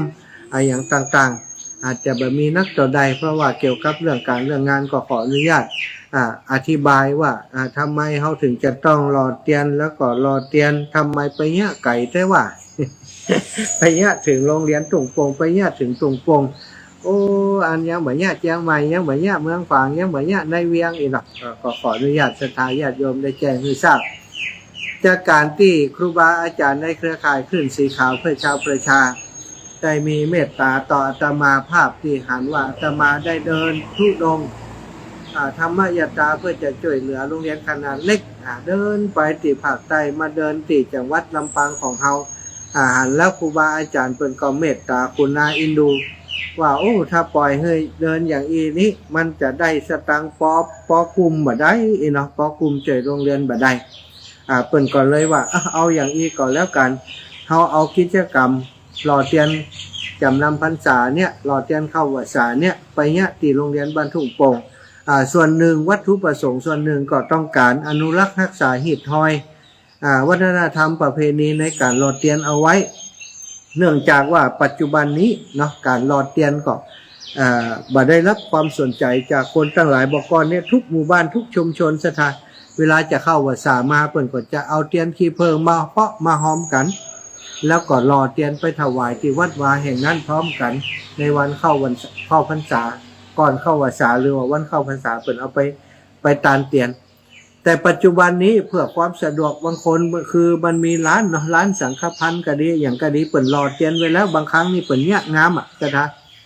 เนี่ยเล่มใหญ่ตัวบ่ต้องไปลำบากอย่างตัวอีน่ะแล้วก็เล่มใหญ่เปิ่นก็อันแกะสลักตัวงามเอาแบบนั้นดีกว่าเนาะเปิ่นก็คิดกันอย่างอันก็เลยไปซื้อเอาก็เลยกลายเป็นว่าต่อมาบ่มีการรอเตียนละประเพณีในการรอเตียนที่เคยมีมาแต่ก่อนเก่าเดิมมาก็ถูกละเลยหลงลืมไปเหี่ยจริงๆแล้วการรอเตียนนะมันเป็นกุศโลบายที่ทำให้คนทั้งหลายชาวพุทธทั้งหลายศาสนิกชนทั้งหลายได้มีโอกาสมามีกิจกรรมที่ดีงามร่วมกันในหมู่บ้านในชุมชนบางผ่องก่อเนี่ยการเนี่ยงานที่ฮั่นที่นี่เมื่อนานถึงจะได้มาพบปะกันถ้าก่อนเข้าพรรษามาพบมาปะกันมาหล่อเตียนมีกิจกรรมช่วยเหลือกันนี่มันจะเกิดการมีส่วนร่วมมันเกิดความสนุกสนานได้มาพบมาปะมามาจากกันได้หล่อเตียนด้วยกันได้ประดับตกแต่งเตียนด้วยกันไฟมีฝีมือศิลปะในการแต่งย่องอย่างไรก็มาช่วยกันอย่างนี้เป็นต้นซะค่ะก็เลยกลายเป็นสิ่งที่มันเป็นความงดงามในประเพณีนั้นเนาะเจริญพรแม่ว่าใดก็เจ้ามาอ่านท่านออกไปแล้วเด้อมาแล้วเนาะจ้าการหน้าบ้านแม่แป๊บเดียวนี่ดีแล้วขอบคุณอีแม่ที่แจ้งข่าวเนอะก็กังวลอยู่เหมือนกันว่าเปิ่นไปฮับเลยยังอีเนาะเรียบร้อยแล้วเนาะจ้าสาธุแม่เนอะจ้าละฟังอยู่บ้านเนอะจ้าจะได้ก็ได้ไปเป็นยังอดเอาอย่างว่านะจ้าอดเอาอย่างความมันงามไปเนาะเจ้าอีแม่สาธุเนอะขอบคุณโยมแม่บัวลอยสายเขียวมาได้มาเหมือนกันแม่บัวลอยนี่จะเป็นผู้นำสถานในการสวดมนต์ทำวัดแล้วก็นำแผ่เมตตาอย่างนี้นะแต่วันนี้ส่งลูกศิษย์มาต่อเปิ่นมาได้มาเนื่องจากว่าเปิ่นมีปัญหาสุขภาพแต่ตอนนี้นี่ก็ดีละนะเมื่อก่อนนี้มีหันช่วงหนึ่งนี่ต้องให้ลูกหลานอมลูกพกนอนแต่บัดเดียวนี้เริ่มเดินเริ่มอย่างได้แต่ลูกหลานเนี้ยบอกให้ไปไหนแต่กลัวไปฮกไปล้มไปเต่ามันจะลูกหลานจะเดือดร้อนเลยมาเถอะนะวันบอกว่าวันที่15กรกฎาคมจะไปหล่อเตียนเนาะขั้นรายการแม่โทรมาก็เป็นประเพณีที่ดีในการหล่อเตียนเนาะทำให้คนได้มีโอกาสทำกิจกรรมร่วมกันบางคนเปิ่นบ่มีเตียนแต่เปิ่นก็มาจ่วยเป็นศาลาอีกสถานมาเอาหลัวเอาฟืนมาหายมาห้อมกันมาต้มเทียนเนี่ยอย่างกันเนี่ยกิจกรรมอย่างนี่มันทำให้คนได้มีปฏิสัมพันธ์ต่อกันได้ได้จ่ามันม่วนนั่นสันเล่ากันหล่อเตียนมาแล้วบางผ่องก็มีฝีไม้ลายมือในการแกะสลักเพิ่นก็มาแกะสลักเตียนบางผ่องบ่มีฝีมือด้านนี้ก็ไปตกแต่งห้างดาควาตานหรือว่าตีจะตั้งเตียนเอามาจ่วยกันอย่างอีถึงเวลาก็แห่ไปที่วัดบางผ่องก็บ่มีเตียนบ่มีอย่างบ่ได้จ่วยเปิ่นก็เอาสตังค์มาหอมก็กลายเป็นว่าปัจจัยที่ได้เหลือจากการที่เอามาซื้อวัสดุอุปกรณ์ก็ยังเหลือได้ไปอันตานคือกับพระสงฆ์องค์สักกะเจ้าในวัดโดยอย่างนี่มันก็เลยกลายเป็นประเพณีที่ได้รับความสนใจมาเมื่อนานแต่ว่าเพิ่งหายไปเมื่อสักประมาณ20 กว่าปีที่ผ่านมาเนื่องจากว่าอย่างที่อาตมาว่านะเตียนที่เขาซื้อนั้นมันมีเลอะปะเตอไปซื้อที่ไหนก็ได้แล้วก็บัดเดียวนี้ซ้ำเอาไปเอามาเนี่ยแต่ละวัดละวาเนี่ยเปิ่นก็บอกว่าบัดต้องเอาเตียนมาตานนะเอาหลอดไฟดีกว่าเพราะเอาเตียนมาตานก็บ่ได้จุดบ่ได้ตามนี่เนาะมันก็กลายเป็นว่าทำให้ประเพณีหล่อเตียนยิ่งหดหายลงไปเรื่อยๆก็เป็นที่น่าเสียดายตั้งครูบาอาจารย์ในคลื่นสีขาวท่านพระครูอภิวัฒนวิกรมและหลวงปู่พระครูปฏิพันธ์ธรรมทินหลวงปู่พระครูสุจิตานุรักษ์และก็ครูบาอาจารย์ในเครือข่ายทุกรูปทุกองค์ได้เคยจ่ากันเรื่องนี้แล้วก็หันกวนติจะมีการอนุรักษ์รักษาส่งเสริมคือประเพณีการหล่อเตียนนี้ได้อยู่คู่กับชาวพุทธคู่กับเจ้าเหนือของเฮาคู่กับบ้านกับจองของเฮาต่อไปโดยการมีพิธีหล่อเตียนทุกปีนักน้อยก่อนแล้วแต่ว่าจะตกลงกันต่อใดพอหล่อเตียนแล้วก็จะเอาไปทอดถวายในช่วงของวันเข้าพรรษาแล้วสักวัน2 วันก็จะเอาไปทอดถวาย ทำไมเปิดถึงเอาไปทอดถวายหลังจากที่เข้าพรรษาไปแล้วสถานเนื่องจากว่าในช่วงก่อนเข้าพรรษานั้นบางคนบางกลุ่มบางคณะเปิ่นก็ไปอันของเปิ่นอยู่แล้วนะมันจะกลายเป็นว่าถ้าเขาไปเนี่ยในช่วงก่อนเข้าพรรษาเนี่ยงานมันโจรกันจะทาครูบาอาจารย์เปิ่นก็เลยว่าอันเข้าพรรษาแล้วสักอาทิตย์หนึ่งก่อนเขาก่อยเอาไปตานช่วงนั้นมันจะสะดวกหน่อยคนเริ่มว่างแล้ว ศรัทธาที่เปิ่นนั้นเอาไปตานเปิ่นจะเอาไปตานก่อนเข้าพรรษาก็เลยฉีกแนวออกมาว่าเขาเข้าพรรษาแล้วก่อยเอาไปตานเอาก็ได้เหมือนกันศรัทธาญาติโยมก็สะดวกเหมือนกันเนาะสะดวกเหมือนกันที่จะทำลักษณะเช่นนี้มันก็จะทำให้ศรัทธาญาติโยมทั้งหลายที่เปิ่นว่างแล้วได้มีส่วนร่วมในการไปตานด้วยกันปีนี้กำหนดหมายที่จัดที่โรงเรียนบ้านทุ่งโป่งทำไมเนาะถึงไปจัดที่โรงเรียนทุ่งโป่งก็วัตถุประสงค์หนึ่งศรัทธาญาติโยมท่านอาจารย์พระครูพิวัฒนวิกรมและครูบาอาจารย์เพิ่นได้ได้จากันเพื่อจะเอาปัจจัยส่วนหนึ่งที่ศรัทธาญาติโยมถ้าไปร่วมหล่อเทียนในวันนั้นเพิ่นก็จะได้ร่วมสมทบพระป่าสามัคคีช่วยโรงเรียนที่อาตมาภาพอุปถัมภ์อยู่คือโรงเรียนบ้านทุ่งโป่งซึ่งจะต้องจ้างครูถึง3คนด้วยกันศรัทธาปีหนึ่งก็ใช้เงินอยู่หลายตังค์อันละเนาะก็ทำให้ครูบาอาจารย์เปิ้นถึงเลือกเอาวัดทุ่งโป่งโรงเรียนทุ่งโป่งในการหล่อเทียนครั้งนี้เจริญปอนโยมแม่จันทร์ศรีสุขาว่ายังได้จ้าวัดพระบาทอุดมสิ่งอย่างมันดังเพศแล้วหมูไม่ได้ยินแล้วถ้าจะสัญญาณขาดหายไปสักทีสักแห่งละทำใจจากเชียงใหม่ก็จากวัดพระบาทเองเนาะเดี๋ยวพอก่อนเนาะรอฟังสักกรรมเนาะเราฟังสักกรรมอาจจะดี กำลังจะเล่าถึงงานวัดพระบาทอุดมเนี่ยสัญญาณหายไปเนาะตังเมืองฝางเนี่ยท่านอาจารย์จำเริญท่านอาจารย์จำเริญ10,000เตียนเมืองฝางก็คงมอนิเตอร์อยู่ละสถาตังปุ่นก็มีคนช่วยพอกอยอยู่เนาะตังสถานีบางครั้งสัญญาณมันรุดก็ดีไฟมันดับก็ดีมันก็อาจจะสัญญาณมันขาดหายไปเดี๋ยวก็คงจะดีเนาะรอสักกรรมก่อนก็แล้วกันถ้าบดีก็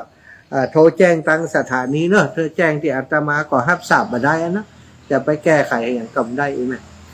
ที่เลือกเอาวัดทุ่งโป่งที่โรงเรียนทุ่งโป่งวัตถุประสงค์ที่1ก็คืออยากจะได้ปัจจัยส่วนหนึ่งเนาะที่ศรัทธาญาติโยมให้ฮอมมาเนี่ยเอาไปร่วมเป็นทุนในการจ้างครูสอนโรงเรียนขนาดเล็กบ้านทุ่งโป่งแล้วก็คาดหมายว่ายังมีส่วนที่ศรัทธาญาติโยมจะเอาไปร่วมบุญกับอันของเป็นการน้ำกับไฟของสถานีวิทยุ 106.50 เมกะเฮิรตซ์ของวิทยาลัยสงฆ์นครลำปางซึ่งปัจจุบันนี้ยังบ่มีกองทุนที่ช่วยสถานีกำเตื้อศรัทธาแล้วก็สถานีก็มีปัญหาเรื่องต้องจ่ายค่าไฟเดือน1-4-5 ปันก็เกิดความรับผิดชอบของวิทยาลัยสงฆ์นครลำปางท่านอาจารย์พระครูพิวัฒนวิกรมแล้วก็ผอ.วิทยาลัยสงฆ์นครลำปางก็ได้ปรึกษาหารือกันในเรื่องนี้ก็เลยอยากจะได้มีกองทุนเนาะเพื่อจะช่วยเหลือทางวิทยาลัยสงฆ์นครลำปางแห่งส่วนหนึ่งตัวก็เลยเลือกที่จะจัดกิจกรรมในพื้นที่ของจังหวัดลำปางวัดทุ่งโป่งโรงเรียนบ้านทุ่งโป่งอยู่ในจังหวัดลำปาง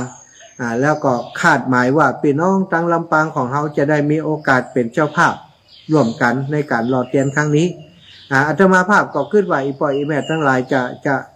จะไปร่วมกิจกรรมกันนักอยู่เพราะว่ากิจกรรมนี้ในนามของเครือข่ายคลื่นสีขาวและก็ในนามของเจ้าลำปางเขาบ่เคยได้จัดร่วมกันตั้งแต่ครั้งนี้จะเป็นครั้งแรกที่เขาจัดร่วมกันก็หวังใจว่าอีปอยอีแม่เจ้าลำปางจะให้กำลังใจเนาะครูบาอาจารย์ใน 106.50 เมกะเฮิรตซ์ไปกันนักๆหลายๆร่วมกันเป็นเจ้าภาพอันเตียนที่จะไปรอเนี่ยช่วยกันคนละเล็กละน้อยตอนนี้เนาะอาตมาภาพแล้วก็ท่านอาจารย์พระครูสิริธรรมบัณฑิตวิทยาลัยสงฆ์นครลำปางก็ได้เป็นภาระธุระให้กับครูบาอาจารย์ในการเตรียมวัสดุหรือว่าวัตถุดิบในการที่จะไปหล่อเตียนนี่ก็เป็นเตียนใช่ไหมเป็นเตียนนั่นที่จะไปหล่อนี่นะเป็นเตียนเอามานี่ก็เอามาโอ้มีอยู่ มีอยู่เป็นแบบเตียนนะอันนี้ ศรัทธาญาติโยมที่ฟังอยู่วิทยุบ่หันนะแต่ที่เปิ่นดูตั้งไลฟ์สดจะหันจะเป็นนั่นจะเป็นรูปธรรมจักรแบบนี้ศรัทธาญาติโยมเป็นรูปธรรมจักรแบบนี้จะให้ศรัทธาเปิ่นอันปุจจาเนาะแผ่นหนึ่งก็20 บาท20 บาทนี้ต้นทุนมันบ่ถึง20ศรัทธาแต่ว่าส่วนต่างเนี่ยหมายความว่าจะเอาไปสนับสนุนโรงเรียนขนาดเล็กแล้วก็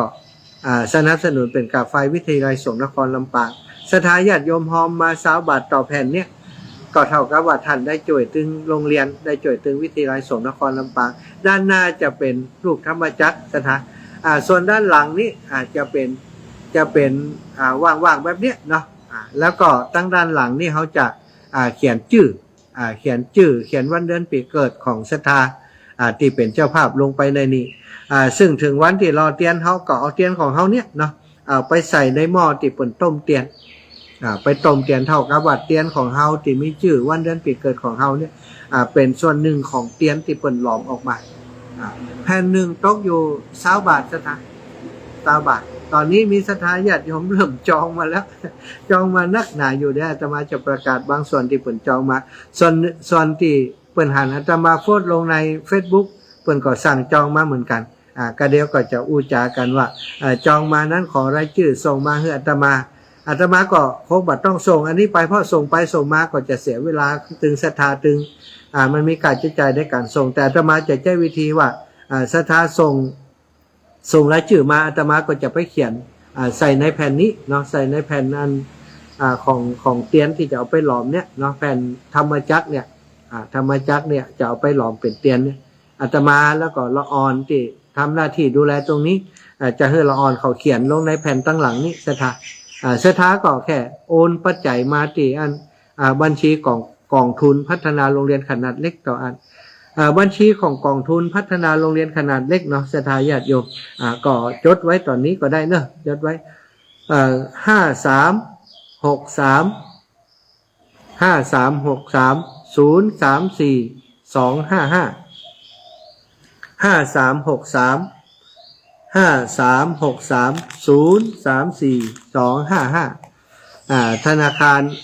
ธนาคารกรุงไทยชื่อบัญชีว่าบัญชีพัฒนาโรงเรียนขนาดเล็กโรงเรียนบ้านทุ่งโป่งเนาะก่อนตอนนี้ได้มีการอัพบัญชีเรียบร้อยแล้วว่าเงินเก่าที่อยู่ในบัญชีต่อใดแล้วก็ถ้าศรัทธาญาติโยมให้หอมมาในครั้งนี้เนี่ยเป็นปัจจัยได้อยู่ต่อใดก็จะให้ครูบาอาจารย์เปิ้นได้มาจัดสรรเนาะจะมอบให้โรงเรียนต่อใดเอาใจในกิจกรรมส่วนอื่นๆต่อใดก็ว่ากันไปจะให้ครูบาอาจารย์เปิ้นได้เป็นผู้ดำเนินการจัดการแต่ตอนนี้เนี่ยได้เอาบัญชีของโรงเรียนขนาดเล็กเนี่ยคือครูบาอาจารย์เอาเป็นบัญชีกลางในการที่จะให้ศรัทธาญาติโยมทั้งหลายได้โอนปัจจัยเข้ามาเนาะในบัญชีนั้น5363034255ศรัทธา53630425นะ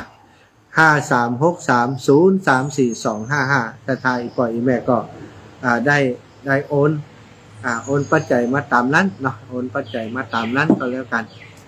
ซึ่งทางงานสถานีวิทยุแต่ละแห่งครูบาอาจารย์ก็จะได้แจ้งกันไปเพื่อจะให้เปิ่นประกาศตามเนี้ยเนาะศรัทธาญาติโยมศรัทธาญาติโยมถ้าฟังจากครูบาอาจารย์เปิ่นก็คงจะแจ้งให้ทราบต่อไปว่าใช้บัญชีของโรงเรียนขนาดเล็กในการที่จะหล่อเตียนในครั้งนี้ศรัทธาญาติโยมทั้งหลายที่จะร่วมเป็นเจ้าภาพด้วยกันเนาะก็ร่วมกันได้เนอะร่วมเป็นเจ้าภาพด้วยกันได้อาตมาภาพก็จะได้แจ้งให้ศรัทธาญาติโยมทราบไปเรื่อยๆว่าตอนนี้มีไผให้หอมมาแล้วพ่อก็จะจดชื่อเสียงเรียงนามของศรัทธาญาติโยมแล้วก็ประกาศให้ศรัทธาได้รับทราบตามโอกาสที่ได้จัดรายการเนาะได้จัดรายการต่อไปตอนนี้ขออนุญาตเช็คอันตังรายการที่อันตังคลื่นสีขาวกำเนิดศรัทธาญาติโยมว่าเป็นยังไงพ่อได้เนอะตอนนี้คลื่นตังลำปางโอเคนะตังคลื่นสีขาวพอเนาะแต่กี้แม่เปิ้นแจ้งว่าตังอันเมืองฝางบ่ได้ยินนะท่านอาจารย์เป็นยังได้จ้ายนะ น่าจะดีแล้วป่านนี้เนาะญาติโยมที่อยู่เมืองฝางมันก็เลยกลายเป็นประเพณีที่ได้รับความสุขสถานได้เรียบร้อยละเนาะอีพ่ออีแม่ที่ต้องการจะร่วมบุญแต่ถ้าบ่ได้ไปแต่อยากจะให้ไปอยากจะเมื่อให้กำลังใจกันถ้าบ่มีไผไปมันก็บ่ม่วนนะ มีคนไปหลายๆมันก็จะม่วนเนาะวันที่15กรกฎาคมต่างคนต่างให้กำลังใจกันซะนะครูบาอาจารย์มาก็ต้องการกำลังใจจากศรัทธาญาติโยมศรัทธาญาติโยมไปโอ้ถ้าครูบาอาจารย์บ่มาก็บ่ม่วนเนี่ยถ้าเขาไปแต่โอ้บ่มีไผไปนักหย่อมแหย่มมันก็บ่ม่วนฉะนั้นทุกคนที่ถ้ามีโอกาสไปใดก็ต่างคนต่างให้กำลังใจซึ่งกันและกันปกติแล้วงานหล่อเทียนของคลื่นสีขาวของเฮานั้นจะมีคนไปนักไปหลายอยู่ใช่ไหมเป็นคนเป็นหลักพันอีกด้วยนะแต่ประเดี๋ยวนี้ก็สถานการณ์ก็ยังเป็นกังวลอยู่เรื่องหนึ่งก็คือได้ทราบว่าโรงเรียนบางที่บางแห่งมีการระบาดของโควิด-19 ลูกหลานที่ไปโรงเรียนก็ยังเก่าแหมว่าใช่ไหมไปวัน2 วันโอ้หยุดเพราะอย่างเพราะว่าโรงเรียนนั้นมีคนติดโควิดไปก็ทำให้โรงเรียนได้ยุดได้ยั้งไปแต่ว่าสถานการณ์ขณะนี้มันพอรุนแรงต่อใดก็คือมันสามารถรักษาได้แล้วก็เป็นบรรณักต่อใดก็บรรณากกว่าแต่ก่อนหน้าเก่งอยู่ว่าถ้าเกิดมันลุกลามนักเนี่ยมันก็อาจจะเป็นส่วนหนึ่งที่ทำให้ศรัทธาญาติโยมเนี่ยจำนวนคนที่ไปร่วมบุญกันมันจะน้อยลงแต่ก็ขอภาวนาว่าอย่างไรก็ตามเด้อเนาะให้มันอยู่ในสถานการณ์ที่ควบคุมได้ไปให้มันนักมันหลายอย่างกุเตือที่มันเป็นแล้วมันลำบากใจนะลำบากใจที่อันไปไหนก็บ่ได้เนาะไปไหนก็บ่ได้มีกิจกรรมอาจจะถูกห้ามถูกอย่างสมัยก่อนนะก็คิดในทางที่ดีไว้ก่อนว่าขอจะไปเป็นในช่วงนั้น ช่วงที่รอเตียนเนี่ยมันจะไปเป็นสถานการณ์อย่างนักเนาะก็อีพ่ออีแม่ในช่วงนี้ก็ขอฝากไว้เนอะระมัดระวังตัวอยู่เหมือนกันวันนี้นะที่คณะที่จะมาสวดมนต์ที่นี่เนี่ยจริงๆนัดกันไว้10 ป่ายพุ่นน่ะศรัทธาญาติโยมแต่ปรากฏว่าเพิ่นไปแอวกรุงเทพกรุงไทยกันไปกิจกรรมไปงานในกรุงเทพเนาะปรากฏว่าไปกลับมาบ้านเป็นวัดเป็นไอเพิ่นก็กลัวว่าโอ้ถ้าเป็นโควิดเนี่ยจะลำบากคนที่เพิ่นที่คนที่งานศพเปิ้นก็เล่มมาส่วนที่เปิ้นเป็นวัดเป็นไอที่ไปกรุงเทพมาเปิ้นบ่มาละแต่ส่วนที่มานี่ก็คือคนที่เปิ้นอยู่ในหมู่บ้านเปิ้นได้ไปไหนเปิ้นเป็นอย่างเนาะนี่ก็ต้องขอบคุณอีแม่นะพี่น้องบ้านนางแลเปิ้นใจเปิ้นอยากมาแต่ว่าเปิ้นเป็นวัดเป็นไอกลัวว่าโอ้ถ้าเกิดเป็นโควิด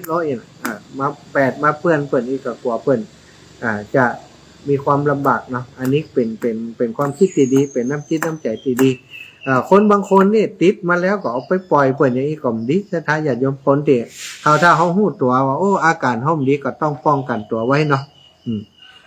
ก็เป็นห่วงกันเนอะศรัทธาอีปล่อยแม่ตั้งหลายส่วนนั้นวันนี้เนาะที่มีเจ้าลำปางที่เปิดให้หอมมาแล้วนะที่ว่าแผ่นละ20 บาทตะกี้นั่นนะก็มีโยมแม่บัวคำแม่บัวลอยเทพศิริบรรทกหัวจ้างร่วมบุญหลอดเตียนมาแล้ว200 บาทโยมแม่แสงล่าใจแก้วแดงร่วมบุญมาแล้ว120 บาทโยมแม่แก้วสิงแก้วบ้านกาดโป่งร่วมบุญมาแล้ว100 บาทแม่ชื่นกันทตันร่วมบุญหลอดเตียนมา100 บาทแม่กาญจนาชัยลินร่วมบุญมาแล้ว100 บาทพ่อลูนแม่บัวตองบรรนาดงใต้ร่วมบุญมา100 บาทแม่เฮือนคำวงสายทองบรรนาดงใต้ร่วมบุญมา100 บาทพ่อเสริมสมบุญชัยร่วมบุญมา100 บาทแม่หอมวงสายทองบรรนาดงใต้ร่วมบุญมา100 บาทแม่ปีใจนวลเนาะแม่ปีใจนวลร่วมบุญบรรนาดงใต้ร่วมบุญมา100 บาทแม่แปงมิ่งเมืองบรรนาดงใต้ร่วมบุญมา50 บาทแม่ซอนกิจธุระร่วมบุญมา20 บาทแม่มอนสมบุญชัยร่วมบุญมา20 บาทแม่อนันต์สมบุญชัยร่วมบุญมา20 บาทอันนี้เฉพาะเตียนเนาะความจริงมีหลายคนที่เปิดจองมาแล้วนะแต่ว่าอาตมาบอกศรัทธาที่เป็นสะพานบุญว่าก่อยส่งทีเดียวอีแม่ตอนนี้บัดต้องส่งจ้ะก่อยส่งมาทีเดียวตอนใกล้ๆกันแล้วกันเอาประมาณวันที่1 เดือนกรกฎาคมก่อยส่งชื่อมาเนาะอาตมาจะทยอยประกาศให้ศรัทธาญาติโยมรับทราบในรายการทางสถานีวิทยุของ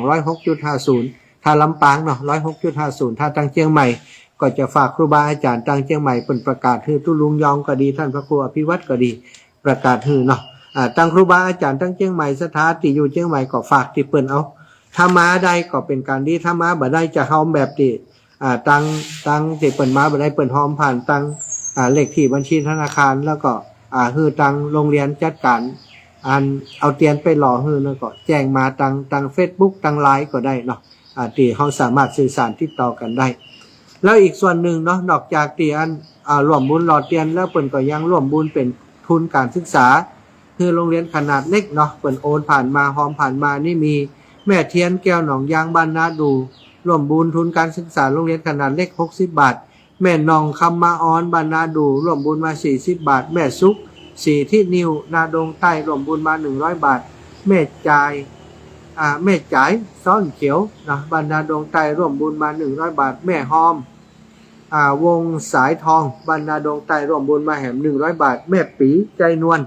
บ้านนาดงใต้ร่วมบุญมา100 บาท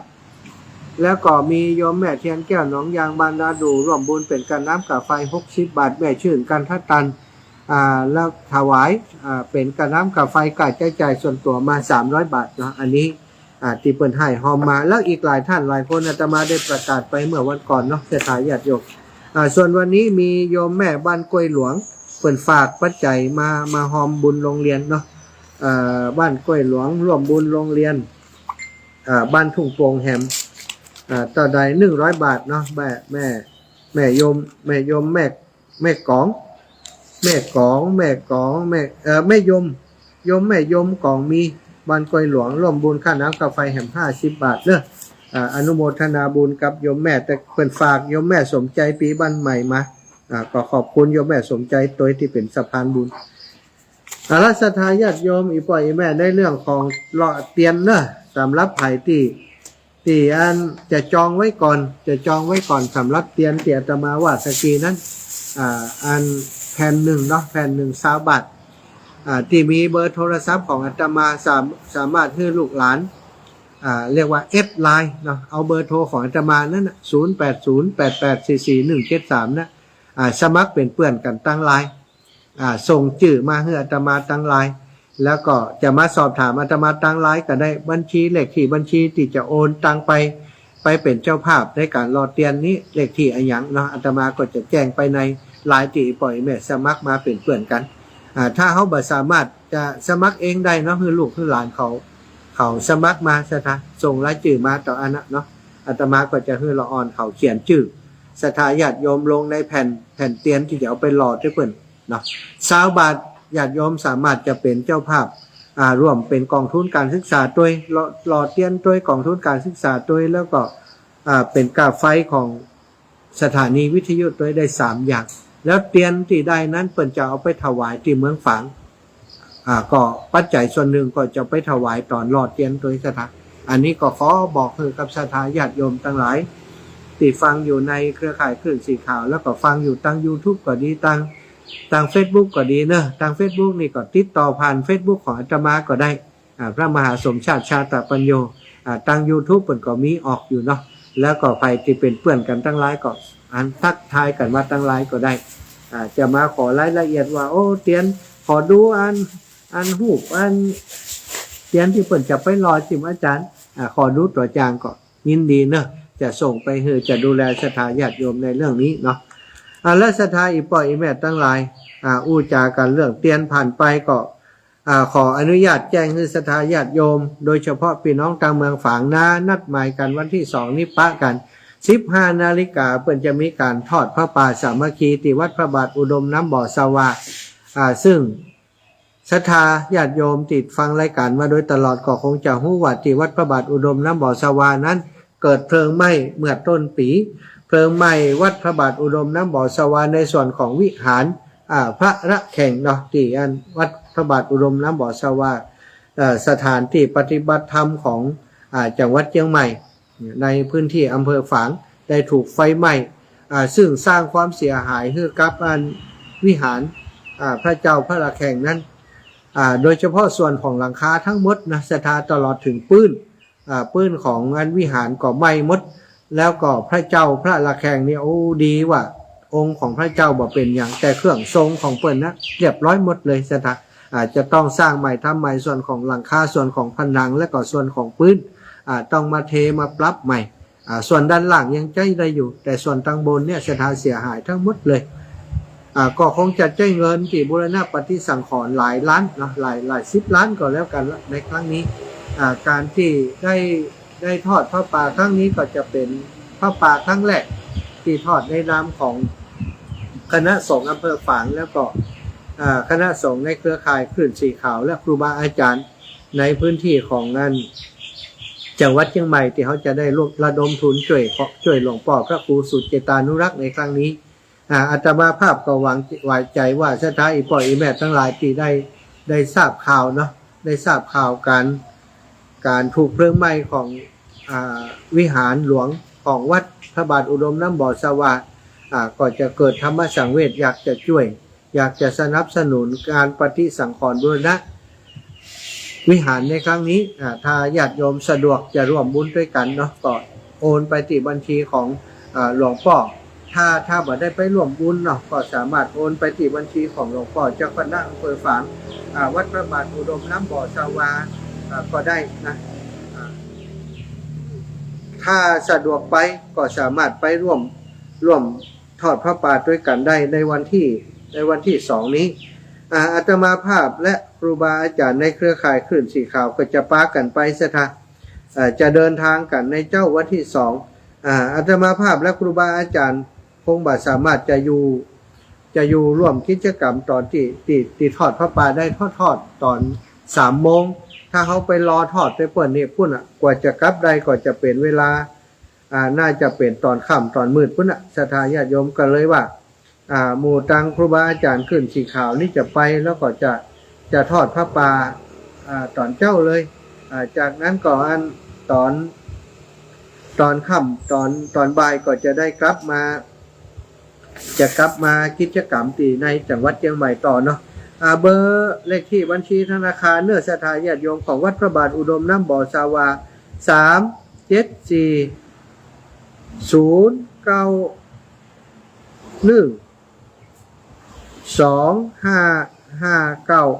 374-091-2559ธนาคารกรุงไทยสาขาอำเภอฝางชื่อบัญชีธนาคารวัดพระบาทอุดมน้ำบ่อสาวาเลขที่บัญชีทางศรัทธาญาติโยมจะร่วมบุญพระป่าของวัดพระบาทอุดมน้ำบ่อสวาเนอะ374-091-2559สถาสามารถโอนปัจจัยไปร่วมบุญตามบัญชีเลขที่นี้ได้เลยธนาคารกรุงไทยชื่อบัญชีวัดพระบาทอุดมน้ำบ่อสาวาเนอะ374-091-2559ธนาคารกรุงไทยวัดพระบาทอุดมน้ำบ่อสาวาเนาะศรัทธาญาติโยมอีป่อยอีแม่ทั้งหลายใครที่จะร่วมบุญด้วยกันตานพระป่าด้วยกันที่พระบาทอุดมน้ำบ่อสาวาในวันที่2วันนี้วันที่31วันที่1วันที่2วันฮือเนาะก็ร่วมบุญกันได้เนอะตอนนี้ก็เป็นช่วงเวลาที่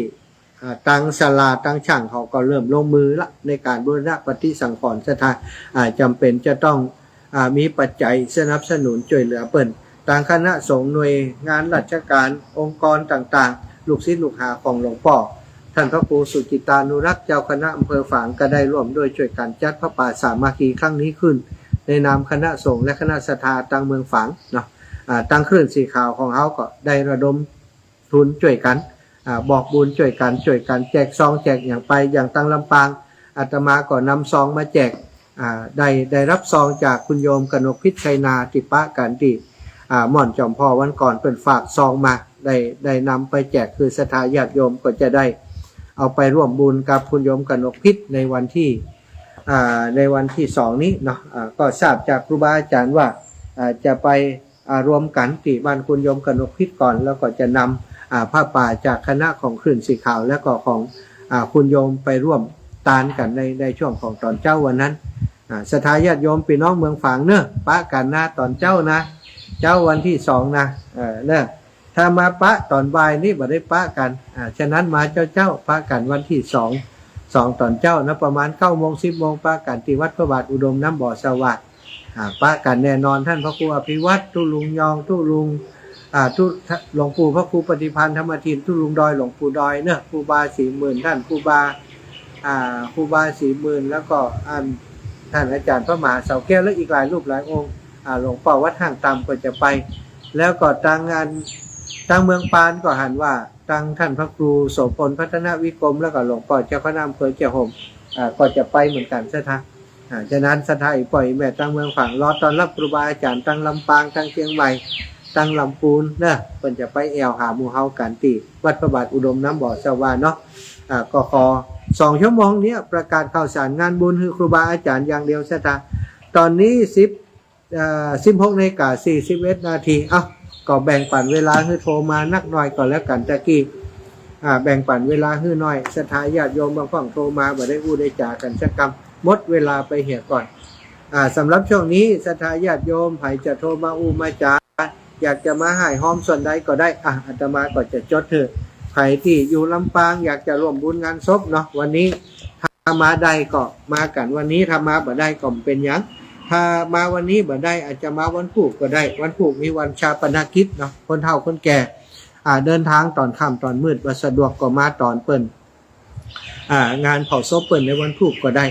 ที่สุสานป่าจ้าบ้านหนองร่องก็อาตมาก็จะอยู่ตั้งแต่วันเนี้ยเนาะกลางคืนนี้ก็จะนอนที่ป่าจ้านี่วันพุธก็มาป้ากันเนอะศรัทธาปล่อยแม่ทั้งหลายที่จะมางานศพของเมียทองศรีสุริยะใจอาตมาอยู่ที่นี่0808844173 มีหลายคนแสดงความเสียใจต่อการเสียชีวิตจากไปของโยมแม่ทองศรีสุริยะใจอาตมาภาพในนามของลูกหลานเนาะลูกหลานญาติธรรมของคนที่เปิ่นจัดงานศพของอีแม่ในครั้งนี้ต้องขอบคุณศรัทธาญาติโยมทั้งหลายที่เป็นกำลังใจให้กับครอบครัวของโยมแม่ศรีกุลโยมแม่ทองศรีสุริยะใจในครั้งนี้เนี่ยเจริญพรนี่แม่จะขอมอบเพลงทั้งสายคือเขาหน่อยเพลงอย่างแม่เพลงลิ้นหลักถวายถึงหมดเอาตั้งฝ่ายก็ได้มันจะกินเวลาคนอื่นเจ้าขออธิษฐานให้ดวงวิญญาณของเจ้าล่องลอยไปเข้าสู่สวงสวรรค์ชาติหน้ามีจริงแล้วคอยเจอกันจากไปชั่วนิรันดร์พบกันทุกชาติเสียงก็บอดีขอบคุณนะโยมแม่สมบูรณ์บ้านลาดศิลาทองฝากบุญฝากเพลงมาเพื่อจะไว้อะไรต่อการเสียชีวิตจากไปของโยมแม่ทองศรีสุริยะใจเนาะขอบคุณนะแม่นะตุกตัวตบเนาะเจ้าสาธุญาติโยมทั้งหลายใครจะโทรมาได้เลยเนอะเบอร์นี้0808844173พี่น้องเมืองฝางปะกันวันที่2ศรัทธาญาติโยมเครือข่ายคลื่นสีขาวก็ดีผู้ใจบุญใจดีทั้งหลายอยากจะร่วมบุญสนับสนุนการบูรณะปฏิสังขรณ์วิหารหลวงวัดพระบาทอุดมน้ำบ่อสวาวิหารพระระแข่งเนาะก็ร่วมบุญได้ที่เลขที่บัญชีธนาคารวัดพระบาทอุดมน้ำบ่อสวาธนาคารกรุงไทย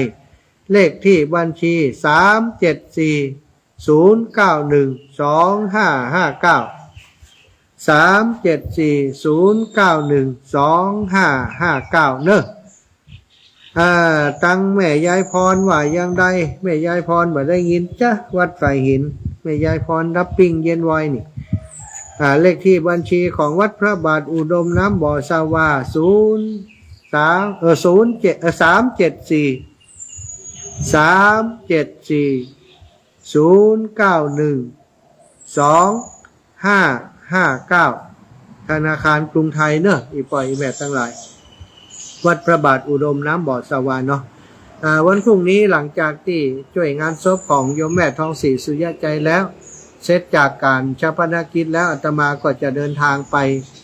จังหวัดเชียงใหม่เนาะไปวัดยางคามไปที่วัดของท่านอาจารย์จิรเดชเพื่อจะไปร่วมมุทิตางานฉลองสัญญบัตรพัดยศของท่านอาจารย์พระครูวิพัฒน์บุญญสารหรือว่าท่านอาจารย์จิรเดชอนาราโสนะอนาราโสได้เป็นนั่นพระครูแล้วบัดเดี๋ยวนี้เนาะ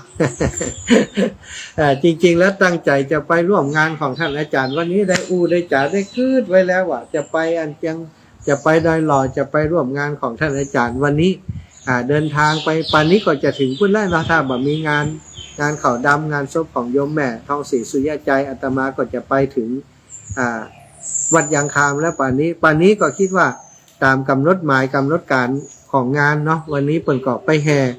สัญญบัตรพัดยศมาที่วัดยางคามตอนนี้ก็ถึงละถึงแล้วก็จะมีการ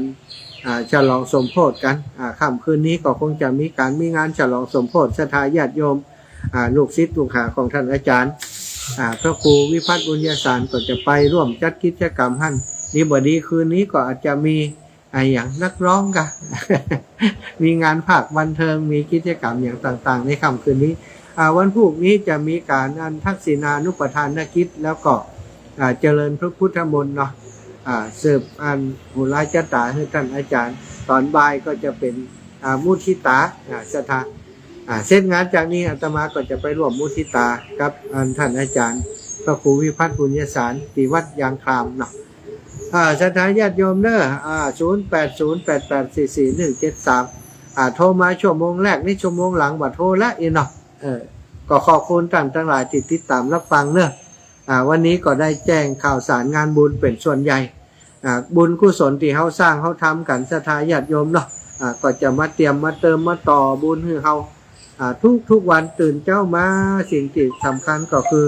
เฮาก็สร้างสมบุญกันนะมีทานมีศีลมีภาวนาเนี่ยอย่างใดก็ทำกันไปเจริญพรอีแม่แม่ยังฟังอยู่เนอะแม่อำพรบุญหมื่นบ้านสันทรายเนาะแม่อำพรได้มาที่เปิ่นคะแม่ยังต่อยังอยู่ในตัวอยู่แม่ยังฝังต่อเพราะว่าแม่เอานิ้วออกแล้วนะแม่ยังมีต่อขำอยู่เจ้าอินดูอันแม่อันขอฝากอันฉันหอมซบนี่200เนาะ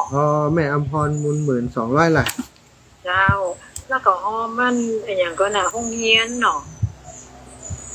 ห้องเฮียนถูกโปงนั่นนะเจ้าโรงเรียนถูกโปงเดี๋ยวโรงเรียนถูกโปงเจ้าแม่จะหอมตีรอเตียนก็ว่าหอมเป็นกองทุนไปเลยแม่หอมกองทุน200กองทุนรอเตียน200เนาะกองทุนเดือนน่ะ7แม่อำพรแม่อำพรบุญหมื่นนี่ก็แม่น้ำสมุทรจริงก็เจ้าบุญหมื่นกองทุน200รอเตียน200เนาะสันทรายแล้วก็อันอย่างก็นะวัดนบสาวา200นะเจ้า15รอเตียนแม่อำพรบุญหมื่นรอเตียนแหม200น้ำบ่อสาวาแหม200เจ้า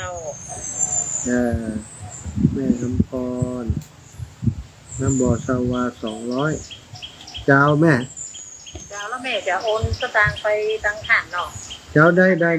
เขาก็ไปจัดแยกเอาเนาะเจ้าสาธุนะแม่เนอะเจ้าอำพรบุญหมื่นสันทรายขอบคุณหลายๆนะแม่เจ้าเป็นจะได้เนี่ยท่าน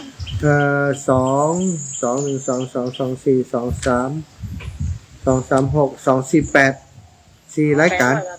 เจ้าอยู่แม่800นะเจ้าแม่เจ้าเดี๋ยวแม่จะโอนไปตังหันเนาะเจ้าได้เลยสาธุเดี๋ยวก่อนนะเจ้าแม่จะทำบุญให้ท่านเห็น200เนาะเป็นพันพอดีเนาะเจ้ารวมบุญใจส่วนตัวเห็น200กันน้ำกับไฟเนาะเจ้า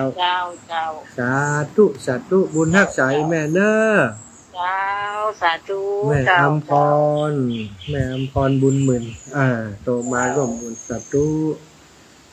ญาติโยมทั้งหลายเนอะไผ่จะร่วมบุญกับพระป่าสามัคคีของหลวงปู่พระครูสุจิตานุรักษ์วัดพระบาทอุดมน้ำบ่อสวา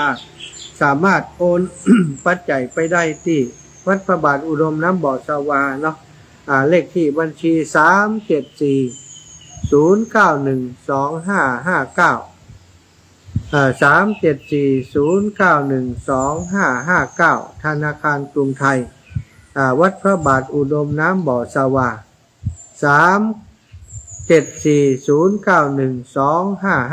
37409125559ธนาคารกรุงไทยวัดพระบาทอุดมน้ำบ่อสวานะถ้าโอนไปแล้วก็ถ้าหู้จักหลวงปู่พระครูสุจิตานุรักษ์มีไลน์ของเปิ่นศรัทธาญาติโยมก็ไลน์ไปให้เปิ่นก็ได้เนอะหรือว่าไลน์ไปในกลุ่มของโยมแม่จงดีของงานชมรมผู้ปฏิบัติธรรมวันเสาร์หรือว่าจะส่งไปที่กลุ่มคลื่นสีขาวก็ได้สลิปเงินนะที่เขาโอนปัจจัยไปนั่นนะตังหลวงปู่ตังคณะกรรมการที่ดูแลเรื่องการเงินการรับบริจาคก็จะได้จดชื่อเสียงเรียงนามของญาติโยมจะได้เอาสลิปไปลงประกาศคือศรัทธาญาติโยมได้รับทราบต่อไปหรือว่าสะดวกฟังจากอาตมาตั้งจากท่านอาจารย์มหาอาจจะส่งมาที่อาตมาจะให้อาตมาประกาศที่ก็ได้เนาะวัดพระบาทอุดมน้ำบ่อสวาเลขที่บัญชีเปิ่น37409125559เนอะธนาคารกรุงไทยส่วนไผที่อยากจะร่วมบุญหล่อเทียนพรรษาเทียนจำนำพรรษาจะได้ก็ตามถ้าอีเมลไปถึงมาได้ท่านอาจารย์มีความตั้งใจจะหอมวันเนี้ยนะจะหอมงานหล่อเทียนวันเนี้ยได้ชะตาแต่ว่าขอให้โอนไปที่เลขที่บัญชี53จะสุด5363403425ธนาคารกรุงไทยเนาะธนาคารกรุงไทยชื่อบัญชีโครงการพัฒนาโรงเรียนขนาดเล็กโครงการพัฒนาโรงเรียนขนาดเล็กนะชื่อบัญชีที่จะโอนปัจจัยไปร่วมหล่อเทียนพรรษาในครั้งนี้วันเลขที่บัญชี5363034255ธนาคารกรุงไทยเนาะสาขาลำปางนะญาติไทยปล่อยแบบทั้งหลายก็โอนไปในบัญชีนี้ได้ชื่อบัญชีโครงการพัฒนาโรงเรียนขนาดเล็กเนาะสำหรับค่ำนี้แรงนี้นะกระเดียวหลังจากจบที่นี่อาตมาก็จบที่นี่คือตอนนี้16 นาฬิกา50 นาทีแล้ว17 นาฬิกาจบรายการแล้วอาตมาจะได้เดินทางไปที่วัดหนองร่องไปที่วัดหนองร่องเพื่อจะร่วมกิจกรรมเนาะจะมีการ วันนี้เปิ่นเอาศพขึ้นสู่ปราสาทโดยแล้วก็ตังศรัทธาญาติโยมเปิ่นจะมีการสวดมนต์ที่ศาลาบำเพ็ญบุญวัดหนองร่องปฏิบัติธรรมที่หันเพื่อจะอุทิศบุญอุทิศกุศลไปให้กับจิตดวงวิญญาณของแม่ทองศรีสุริยใจซึ่งถ้ามีเวลาก็จะได้ถ่ายทอดให้ศรัทธาญาติโยมได้ติดตามรับชมตัวเนอะเปิ้นจะมีการสวดอย่างก็เปิ้นเรียกว่าสวดอุทิศแผ่เมตตาเป็นกรรมพื้นเมืองเนี่ยตัวศรัทธาญาติโยมใครสนใจจะฟังสวดอุทิศแผ่เมตตาพื้นเมืองแบบของเจ้าลำปางเนอะต้นฉบับจากบ้านนางแลเปิ้นจะมาปาสวดกันศรัทธาญาติโยมก็ติดตามกันได้ทางไลฟ์สดที่อาตมาจะไล่เวลาประมาณ10ตอนนี้18 นาฬิกา6 โมงแรงนี่ก็จะไล่สดให้ศรัทธาญาติโยมติดตามอีกครั้งหนึ่งเนาะก็ขอขอบคุณทุกท่านเนอะที่ติดตามรายการมาตั้งแต่ตอนเช้าและบางผ่องก็2 ชั่วโมงติดตามชั่วโมงแรกมีกิจกรรมมีงานเนี่ยอยู่ก็ชั่วไป ทำงานก่อนบางผ่องก่อนนั่งดูตั้งแต่เช้ามาแล้วจนถึงบัดเดี๋ยวนี้ก็ต้องขอบคุณเนอะโยมแม่นิตยาภักดีแม่ก็ให้กำลังใจว่าแต่เจ้าละเข้ามาชมแต่เจ้าแล้วก็โยมละไมจ้านะละไมใดบอกว่าเนอะ กำลังรับชมอยู่ทุกท่านทุกคนที่ชมอยู่ Facebook ไลฟ์ก็ดีชมอยู่ทางงาน YouTube ก็ดีแล้วก็ฟังอยู่ทางวิทยุทุกท่านทุกคนทุกสถานีที่รับสัญญาณไปในค่ำนี้เย็นนี้ก็ต้องขอบคุณทุกท่านทุกคนเป็นอย่างสูงคนที่โทรมาในวันนี้หลายท่านด้วยกันที่ได้รับสายไปแล้วบางท่านก็บัตรการรับสายก็ต้องขอสุมาอภัยจินนะติดตันรับสายก็มีโยมแม่อำพรบุญหมื่นบ้านสันทรายโยมแม่สมบูรณ์บ้านไร่ศิลาทองโยมแม่จันศรีสุขาแจงหัวลินอำเภอฝางโยมแม่บัวลอยสายเขียวโยมแม่จำนองรังสีสมซบตุ๋ยลำปางโยมแม่อ้อยขายขนมวัดเจดีย์ซาวเนะแม่หลวงแม่แก้วกันทะวังบ้านขวางเปาจอมตองแม่มณีบ้านห้วยฮีลำปางแม่อุ้ยบุญสว่างวันบ้านป่าลานสันทรายแม่ซุกคำป่าแล้วบ้านแพะดอนตันแล้วก็โยมแม่ศรีธรเปรมจิตเนาะจากชัยประการโยมแม่จันเรือนใสจากเวียงตะการสันป่าตองเชียงใหม่โยมแม่จันฟองบ้านปงดอนแจ่ห่มโยมแม่จันฟองฝากหอมมาตุยเนาะ100 บาทโยมแม่อุ้ยอินแม่สาบเสมิงโยมแม่สมใจปีบ้านใหม่ก็โทรมาเนาะโยมแม่บัวไข่วงหารโยมแม่พิสมัยเขื่อนคำแสนโยมแม่บุญเกียรติบ้านแม่กงก็ขอบคุณทุกท่านนะที่โทรมาเป็นกำลังใจและก็ได้ติดตามรับฟังรายการจนมาถึงเวลานี้คุณงามความดีที่อาตมาได้สร้างสมอบรมมาได้กระทำความเป็นมาก็ขอคือเป็นบุญของศรัทธาญาติโยมทั้งหลายด้วยก็ขอความสุขสวัสดีบังเกิดมีแก่ศรัทธาญาติโยมอีพ่ออีแม่ทั้งหลายเพื่อท่านเจ้าทั้งหลายอยู่ดีมีสุขเพื่อได้มั่งมูลตุนเต้าอายุมันกว่ายืนอายุยืนยาว100 สาวกับเข้าวาสาอยู่กัมจูวาระพระพุทธศาสนาไปนานแสนนานจัตตาโรธรรมาวะทันติอายุวันโนสุขังพลังนิพพานังปะระมังสุขังขอความสุขสวัสดีเนื้อเกิดมีแก่ศรัทธาญาติโยมตั้งหลายตอนนี้เวลา 16:57 นาที